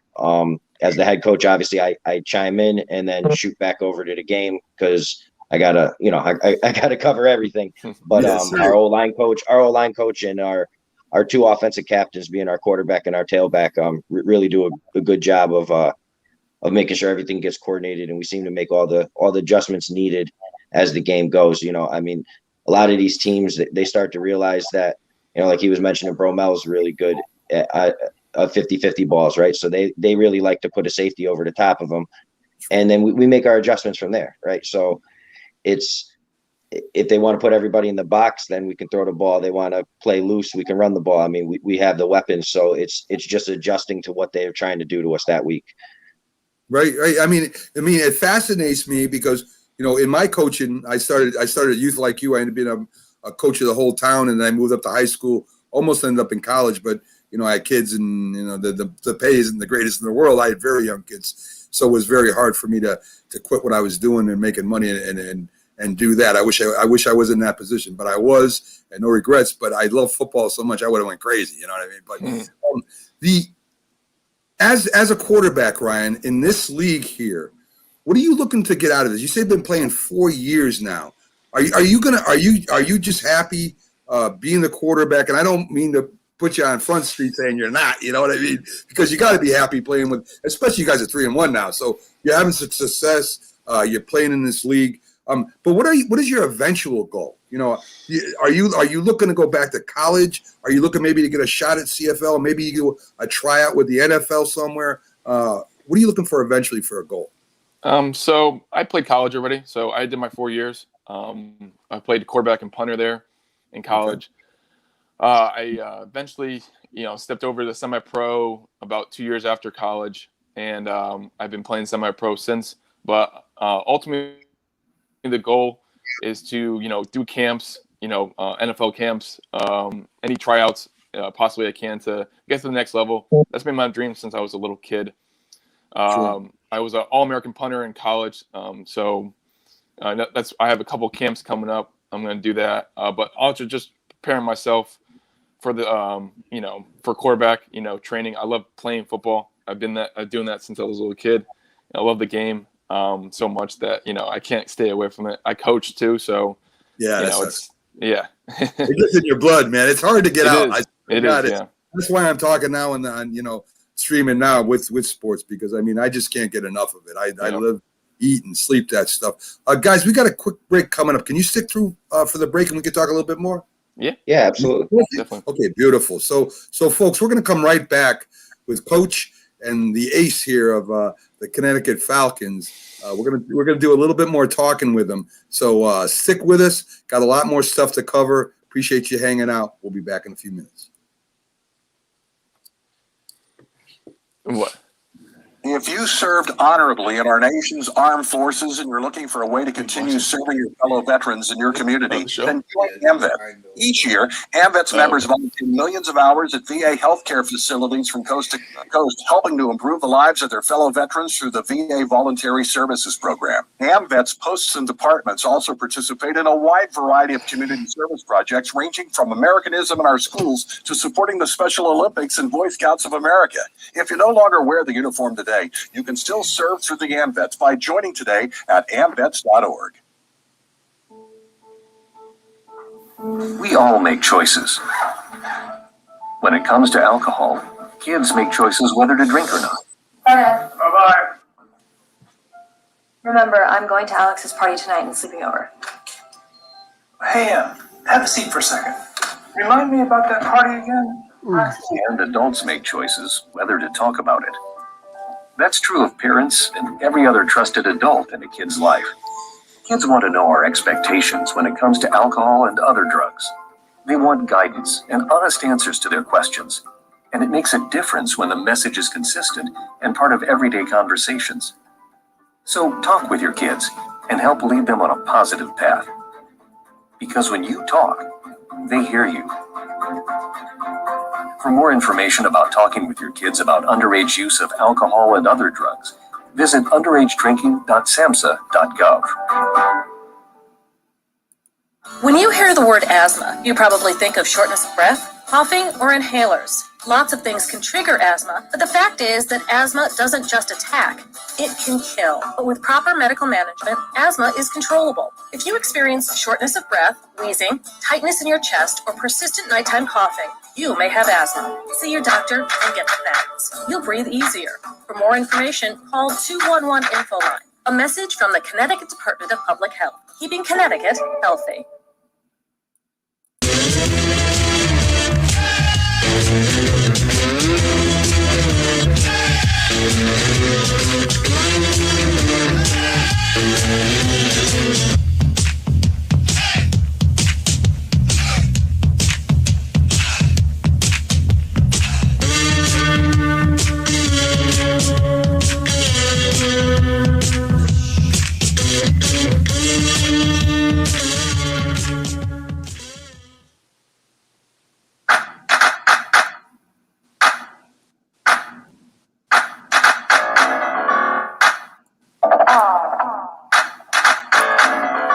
Good morning. You're listening to the Mac and Jack Sports Show on Northeast Streaming Sports.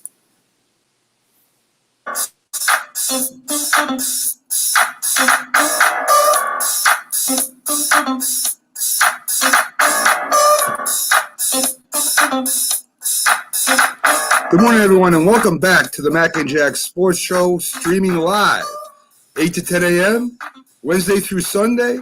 I'm here today going solo, but I'm lucky enough to have with me two great guests.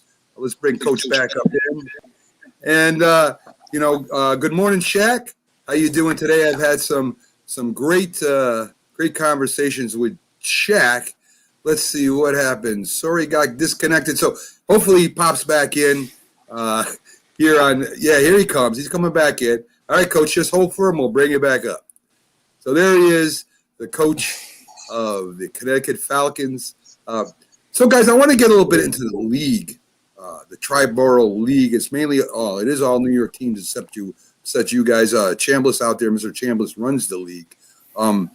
How is it playing in this league up in the East? I understand it's only spring ball, so you guys got 8 games? Is that correct, Coach? Yes. Eight games, 9 weeks. There's one bye week. Of course, our bye week was first week of the season, so it gave us the ability to do our spring game, which was our offense versus defense game, where we basically run it like a college scrimmage, and just get the guys some work in the spring and kind of figure out those last adjustments needed. But yeah, eight games and then playoffs. It's spring league. We're the only Connecticut team. The summer leagues really pick up after we finish off. So, we try to really end on a heavy note.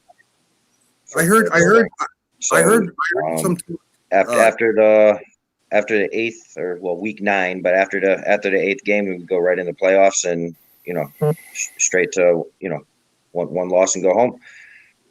I heard rumors that some players go down to Florida to continue playing. Is that correct? Yes. They do. So they have their own league down there. I would imagine there's probably semi-pro leagues. How you doing today, Keith? Out there across the country. So it's something that we will eventually down the road maybe get involved in too, as far as the semi-pro league itself, especially with the players moving around. We want to keep track of them, where they're going to and that. But the Tri-Borough League, so there's no actual Super Bowl that you guys go to where you can go. Well, there's our league championship, right? Which would be after our playoffs, and then there's a national ranking. So if we're in the national ranking, we can bid for a national championship, national bowl game, and those are typically down in Florida. That's what I was just going to say. It's like a Sun Bowl or something like that. They call it. Yes. Right? Yep. Sunshine Bowl. Yep. Sunshine Bowl. So if you guys finish first and you make a bid on it, there's a good chance that you guys will continue if they accept you and go down and play in Florida. That would be awesome. I would love that. So in the Tri-Borough League, you're basically, when you do travel, I would imagine either by bus or car or however you guys get up there, you guys go up to play these New York teams. The remainder of the games are on Saturday, if I'm correct. Is that the only day you play, or do you play Sunday sometimes? We do play Sunday sometimes. It all depends on the home team. They get the pick of Saturday or Sunday. When we play the Eagles next week, they typically play on Sundays. I believe the Brooklyn Bengals typically play on Sundays. But all our home games, we always play on Saturdays. We play Saturday night. We typically find that's the best for the guys is Saturday nights. Like I said, a lot of these guys work during the days. Sure. They still got a family to provide for, and so we typically try to make the games late when there are games. We try to make them Saturday night games, but we do play Saturdays and Sundays. As far as the travel to New York, we typically to the city. We typically just carpool. I mean, it's not that bad, but when we do go to like Long Island, stuff like that, we do rentals if we have to, depending on the amount of guys that need rides. Okay, so. How is the support out there right now in Meriden? I mean, I know that when you don't get a lot of press, it's hard to get a lot of fans to come in. If you start winning, they'll start trickling in, right? I mean, we know that too. Once the news goes out that you guys are, say 3-1, and maybe you go on to 5-2 or 8-2 or whatever they're quite. Well, it's only a game, so 6-2. I mean, then the word starts getting out there more. So what do you think about the fan support right now? I know you got a loyal following. There's no doubt about that. But as far as around the area, are you getting support, or is it slow coming right now? Oh no, we have tremendous support. I'll be honest. As far as getting fans to the stands, it's been getting progressively better. Sure. Obviously, COVID was a worry for a lot of people. Restrictions. Stuff like that. Some people don't like to wear masks. We require wearing a mask, even though it's an outdoor event. We require wearing a mask. So I mean, it's picking up, but it's just like everything else. Restaurant attendance is down. Everything's kind of down right now because people are still, getting the vaccines. People are still trying to get back to normal. But we do have a good following, and we do have really good support. I mean, we have fans that travel with us very well as well. Our past game, we had to have a couple dozen fans there. I mean, and for a game 2.5 hours away, that's pretty good. I agree. In the rain, in the rain too. I agree with that 100%. So you got a good loyal base following you, and I imagine family and friends are doing everything they can because it's basically a volunteer thing. I mean, it's not like anybody's getting paid to do this. That's running any kind of committee or anything like that for you. So I mean, I know it's a lot of work, a lot of heart, a lot of soul, and teamwork off the field as well as on the field to make something like this work. And what I'm impressed with is that, this is all people just doing things because they want to be part of something instead of the other way around. They're just being part of it because because it's getting a lot of attention. The attention will come as long as it's a good foundation. And you guys look like you have a good foundation out there right now.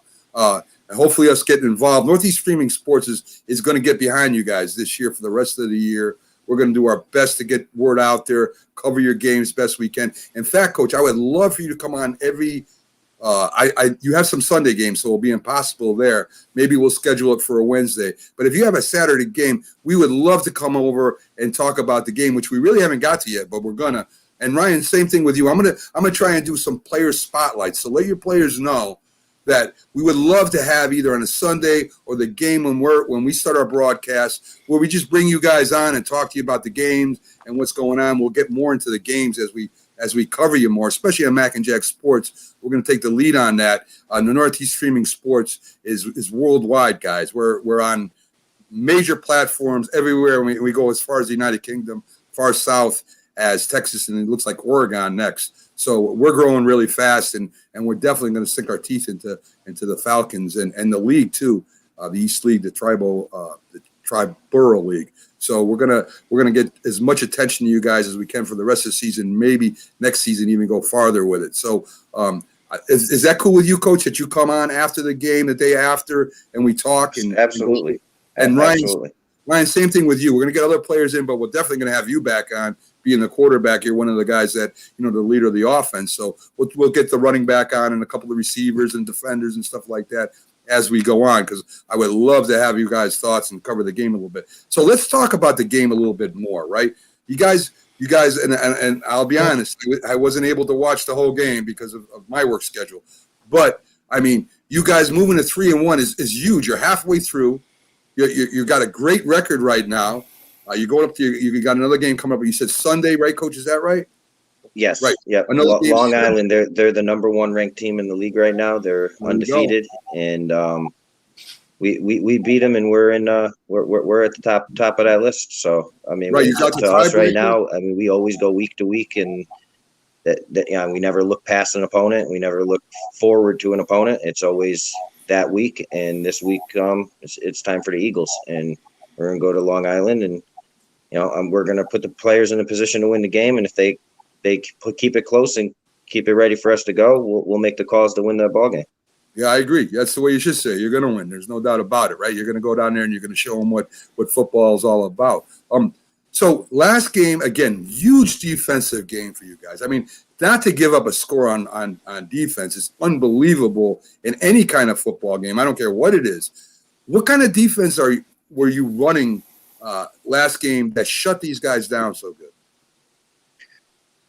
Well, we run a base 4-3 system, but a lot of teams like to run spread, so we like to slip into a 4-2-5. Right. Coach G he's our defensive coordinator, doing tremendous job keeping the intensity up. His co-D coordinator, Coach Will Saunders, doing a great job. Our D-line coach, I mean, he's put together some great packages for the pass rush. We've been able to put these teams into 3rd and long and really get those pass rush guys in there, get their ears pinned back and get them going after the quarterback. Coach Brett, and he's been doing great. I'll be honest with you, on the defensive side, our defensive guys are playing really lights out right now. And honestly, defensive wins championships. I mean, no doubt. If they can keep shutting these guys down, we'll put up points on the board and we'll win these ball games. So are you a big turnover team, or are you just stout where you're just stopping them, on third down? So how's the turnover rate for you guys over there? This past game, we didn't get many turnovers. The game before, we were able to get a couple strips on sacks on third and long. We need to capitalize on that, though. We've had a lot of dropped interceptions this year, like a lot of dropped interceptions.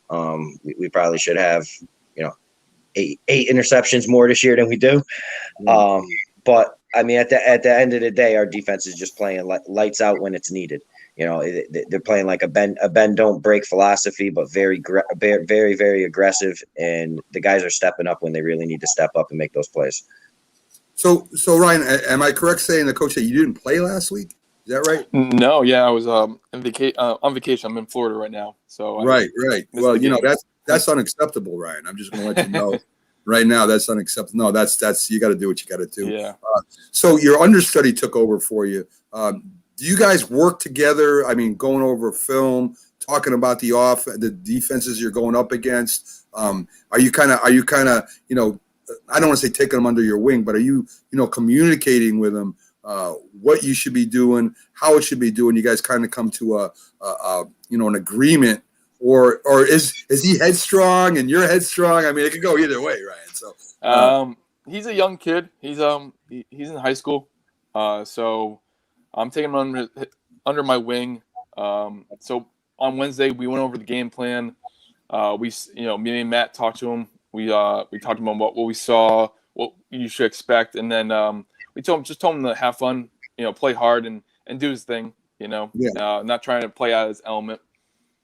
So your strength. What would you say your strength is, and maybe something that he has to learn still? I mean, accuracy, of course, is important for a quarterback.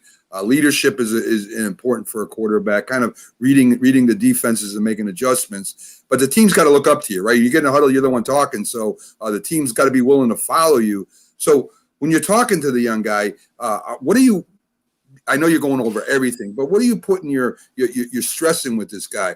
Like you said, go out and have fun. You got to have fun. If you're not having fun and you're stressed, they're going to look at you and say, well, I don't know if I can follow this guy. So what are you stressing to him right now? Is it the mental aspect? Is it the drills? I mean, what are you talking to him a lot about now?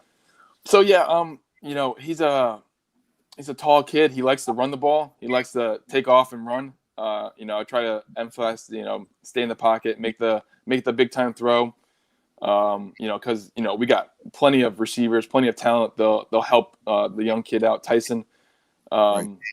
So but working on drills, we tried to work on some Wednesday. He hasn't really had much help through his high school career. I'm just trying to help him out as much as I can with anything he needs help with. Whether it's drills or going over coverages or reading coverages. So, yeah. Yeah, really important because, I mean, if you got a guy that can run with the ball, I was a running quarterback in high school too, and, you kind of – that's your crutch, right? You can pick up some yardage running, and you don't want to take that hit if you don't have to. I don't blame anybody. I don't care what anybody says. That guy bearing down at you at full speed is no fun when you get hit. But, I mean, sometimes you got to take that hit to make the right throw. But as a young guy, of course, you're going to do what you know best, right? So he's going to have his work cut out for him, just standing back there, like you said, and making the read and maybe taking a shot you don't want to take. So that's a little difficult. Are you worried about your quarterback job there with that young guy coming up, Brian? Are you worried about you? Yes. No, not really. Okay. I'm willing if he comes the starter, I'm willing to help him out. I want to be a team player, a team leader, just like Drew Bledsoe was with Tom Brady. Just trying to be help him out. But of course, I want to compete for the starting job. The competition lives in me and lives in all of us. So, just competing and just getting to that spot and being to help the team as much as you can. That was a loaded question, Rod. I just want to see how you handle it. I saw you handle the pressure in the pocket. I want to see if you can handle the question, the loaded question. You're 100% right. I mean, whoever's the best for the team should play, but you got to feel you're the best always when you're in the field. So there's no doubt about that. So what do you see happening, Ryan? Going up against you're going up against the number one team next week. You didn't play last week, but the team came away with a victory. Very important. Must make you feel great going into this next game that, the team rallied with you not being there, which is very important. And that just doesn't show support for that young quarterback. So there's a lot of support for you that, we're going to win and keep you in that position to help us keep winning. So that's very important both ways. So going up against the number one team in the league here, you're halfway through the season. I mean, what are you looking for as far – I know you're going to talk to Coach about it and your receivers, but I imagine you saw this team play a little bit. You've watched them a little bit somewhere. What do you think you could take advantage of? Well, hopefully our momentum, going on the last couple games, defeating the Bulldogs and defeating the Green Wave the last 2 games, helps us bring that momentum to the Eagles. They're a very good team. They are very sound with fundamentals. They gang up to the tackle. They're just a very sound team. I hope that we can be the same way, communicate and be able to expose their weaknesses like we always have over the past couple of weeks. Me and Matt will talk on Tuesday and Wednesday, and we'll go over, what we see, what we like, and what we want to run, especially, against this good Eagles team. We're going to their home turf, so it's going to be a tough road game. Hopefully that we can get a lot of people to travel because numbers are important, especially in the semi-pro league. So, yeah. Sure. And Coach, I mean, there comes down, and Bill Parcells said this, and, we have a lot of Giants that come on our show. And he preached this. There's probably 4 plays in a game that determine whether you win or lose that game. 4 important plays, whether it's a penalty in a drive, whether it's a turnover, whether it's making that play or not making that play. So, you lose the games more than you win them, if you know what I'm saying. You make mistakes and you lose the game. You end up beating yourself. 80% you lose that way. 20% the team just beats you, and you play your best, and that's it. They're the better team that day. So when you're going into a game like this, I mean, this is your first year really as the head coach, and you're going up against the number one team. And this may decide whether you guys go on. I know you don't want to look ahead, but this is a very key game, probably the most important game, being halfway through the season and playing the best team in the league right now. What are you going to tell your guys going into this game? Pretty much the same thing I tell them every week. I mean, we have, I believe, the best weapons in this league. Offensively, defensively, we have the best weapons in this league. It's all about if we're going to show up, be tough enough, and are we going to be tougher and meaner than them that week, and are we going to win? I mean, I'm a big Al Davis guy, so I mean, at the end of the day, it's just win, baby. Like we just got to win. Like that's what it's all about.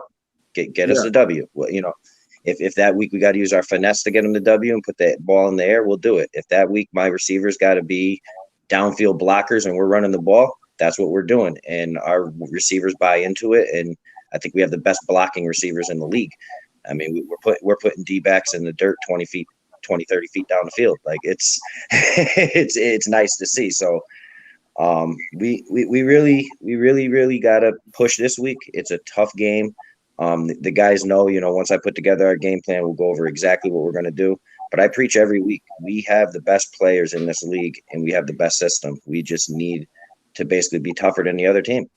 Yeah, I mean, play all 4 quarters. If you think about it, Coach, right, it's a controlled aggression, right? You've got to leave it all in the field, but you can't mess up your execution, because if you mess up the execution, you could fight in the huddle all day, fight the other team all day. It really doesn't matter if they're executing better than you. So offense, of course, you've got to execute. You've got to stay on the blocks. You got to make that extra block, as you said. Wide receivers blocking downfield. That's what breaks the game. That's what breaks the long runs open. And defensively, you got to be aggressive, but you can't be overly aggressive. So it's such a hard thing to control, especially being a coach, because you want them fired up. You want them wanting to take somebody's head off, but yet you don't want them to take somebody's head off, if you know what I'm saying. So as far as inspiration goes, I mean, you guys, before the game, you guys got to be hyped up as crazy going out there to play. It's going to be a big game. So halftime, you roll back. It's a tight game. You're going to make your adjustments. You want to keep the same intensity. What are you telling the game? Say you're down by a touchdown, or you're up by a touchdown. We'll go both. Yeah, I honestly pass that over to Coach Brett. Do you really? Line coach. Coach Brett is our spark. That man is our inspirational speaker. At halftime, he is our guy. He rallies the troops together. He really gets into the guys, rallies them up, and then I let the captains talk. You know, when we go to halftime, we let the players talk amongst themselves for the first five minutes or so. Captains will address the units. They'll talk. Us as coaches, we'll talk, make our adjustments. Then we come over, let them know what we're thinking, walk away, and let Coach Brett rile them back up, because Coach Brett's one of the best inspirational coaches I've seen in pretty much my whole career. I mean, he really gets them guys going at halftime, and we come out of halftime on fire every week, and it's been a big key for us. Like I said, I rely on every person on the coaching staff. I rely on every player out there. We've really banded together basically as a family, and we're moving forward. We had one hiccup this year, but that's how I look at it. One hiccup. Other than that, I mean, we're getting the job done. And at the end of the day, that's what matters. Any week we could probably put 300 in the air. We could probably put another 250 on the ground, but it all depends on the game and, coming home with the W. I don't care about putting up, 300 in the air and coming home with a loss. That don't help me at all. Yeah. That's right. So Ryan, have you in the huddle ever had to grab somebody like a lineman or even a receiver and say, hey, listen, man, you got to start getting your stuff together out there. He's beating you, or you're over too intense, or you're just blowing it, man. You got to get it together. Do you ever have to do that in the huddle? In the huddle sometimes, but on the sidelines, we mostly want to talk about it. I don't want to do that in front of the huddle, in front of all the players. We want to try to keep that on the sideline, but I want to try to talk to them as a group, like the lineman group or the receivers group. Hey guys, let's get ourselves together. We dropped a couple passes. Let's just get back out there again. Forget about the last mistake you made. You don't want to worry about, worrying about like you dropped the ball last time. You want to worry about the next play. Focus on that. So definitely. I just try to tell them that. There you go. So you're more inspiring instead of scolding them. I did a little bit of both when I played because I was getting killed one game and I had to grab the guy. The coach grabbed me after I grabbed the guy, but I was so upset because we were in the game and we did end up winning it. But still, I mean, during the heat of battle, man, I just oh my God, please block this guy, please. Yeah, and I just try to keep my emotions in check. Don't try to be so aggressive with everyone else. Sure. And just try to stay calm and under control during the game. Yeah, definitely. That's very important for a leader to do too. I'm telling you, it really is. It says a lot about you and a lot about the team following you if you can be like that. So, Coach, again, next week, this upcoming game you're playing this Sunday. So I want to set you up for Wednesday to go over at 9:00. Would that be good? We got a guest coming on at 8. Could you make it at 9 on Wednesday? Yeah. Okay. I'll make it work. All right. Beautiful. And Ryan, same thing with you. We'll have you on again. I'll talk to the team and see maybe we can get that dynamite little running back you got. Maybe we can get him on if he can. I know you all are working too, and you got to do your thing. So we definitely want to get you guys talking at least every week. One of you guys, a couple of you guys, every week after the game and go over the game and the upcoming game. And like I said, we'll continue following you this year and putting you on and drumming up interest. And because something, guys, that really, when it comes to football or any sport, really, I have a problem with the minor league in baseball right now. Not with the minors. I love the minors. I have a problem with the way Major League Baseball treats the minor leagues, where this is where you get all the fans and this is where you get all the young kids involved in that sport. And you kind of ignore them and you're catering to, guys that are my age that are going to die pretty soon. So, you got to build a base, right? So I this is the way I'm kind of looking at this, where you got these young kids coming out, as you say, putting tape. Coach is very important for these guys to get tape put out, and the whole. I don't know if you guys got any scouts coming around or not, but we're gonna put you on blast and the league on blast and see if we can even get that happening too. It should happen because you got some great young kids out there. I didn't watch the whole game last game, but I watched a number of parts of your games, and you got some very talented football players on there.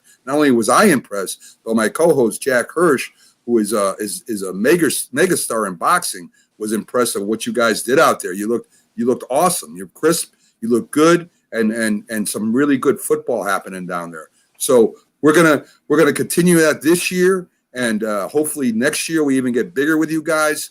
I know some people behind the scenes that we may be able to cover you even better and maybe work with you on the promotion side a little bit. So we're going to invest in you, and I got a lot of faith. I mean, just talking to you today, Coach, you sound like you got a good thing going on over there. You got a great personality. And Ryan, I mean, total team player. I watch you make some unbelievable passes out there. The offense is working. The defense is working. And, man, I predict nothing but great things for you guys this year. Whether you win the division or not, I mean, you guys got a solid team. And Coach, you guys something to build on for next year. And hopefully this year you guys get down here to the Sunshine Bowl and show the rest of the country what you guys are made of. I'm rooting for you guys. So you guys have a great day. Thanks for coming on. I appreciate it. And we'll be talking to you soon. Yeah, thank you for having us. Appreciate it. Yeah. No problem at all, guys. You have a great day. Yeah, you too. You too. Okay. So there you go, folks. We just had on two key people from the Connecticut Falcons, their head coach, who's doing a tremendous job out there. We had on their quarterback, who's very calm. You could tell that this guy is a leader, and that this year the Connecticut Falcons are going to raise a little cane out there. And I can't wait to see how this ends up. I hope that they come in first or near the top where they get invited. They have their playoff. They get invited down to the Sunshine Bowl. That would be great for the national championship where they do battle down there. If not, well, so far, guys, it's been a successful season, right? 3-1 already. It's only halfway through the season. I mean, even if they went 500 over the next four games, well, 5 games now, if they go 500 in the last 4 games, I mean, they've had a successful season, and they're building something, which is very important for the program to continue and run. I have nothing but respect for people who play any sport for the love of the sport, and to play it to that competition, to that level, to play. I mean, you got to watch the games. You got to go to semi-pro football, the Triborough League, or the Connecticut Falcons Facebook site. I posted their game up on Mac and Jack Sports, Northeast Streaming Sports. I mean, check it out. It's some unbelievable play down there. And hopefully these guys go on and have a great season, and some of these guys get a shot at playing at higher levels, because that's what it's all about when you love sports, right? When you play sports for love. It's all about your next endeavor and that. So guys, that's pretty much it for our show today. I want to thank Robert Butler for coming in. I love having Robert on. Robert's a great commentator. He does a lot of great work over there at Sports Scope. He can be a little controversial now and then, but he follows the big stories and he follows through with them. He breaks stories sometimes before other do too. So check out Robert Butler over at Sports Scope. Check out the Connecticut Falcons. They're down there in Meriden. They got a nice little stadium down there. And go see some real football by people that just love playing a game. It has nothing to do with money. And they just love playing football. And it's pretty high level quality if you go in there and watch the games. That's it for the Mac and Jack Sports Show for Sunday, This Week in Sports. Wednesday, we'll be having Jack Hirsch, my co-host, and your co-host will be coming back on with us. Happy to have him back. Hate to say I miss him, but I do. I kind of miss him. He's an unbelievable co-host that we have on this show. Check out Northeast Streaming Sports, folks. I mean, just go to the Facebook page, go to the YouTube channel. It's there. You have a bunch of great shows there, folks, right? You have Unscripted Sports, TGI Sports, Safety in the Sports, just to name a few. We got almost 14 shows over there from New York down to Florida, across the United Kingdom, one in Texas, and one coming soon to Oregon. It's growing, it's getting bigger, and it's very exciting. You can go over there and you can go to the Facebook page, search at N-E Streaming Sports, like, follow, and share that if you could. Or you could go over to our YouTube channel where we have all our great shows when they stream live, and you'll be able to check them out. On audio, we're on iHeart, iTunes, Pandora, Spotify. So if you can't come to the screen and watch us, you can listen to us while you're in the car, at work, working out, walking through, taking a hike, whatever you're doing. You can listen to the great shows there. I want to thank you all for joining me today. Have a great Sunday. Happy Mother's Day to all the mothers out there. And we'll see you Wednesday, folks.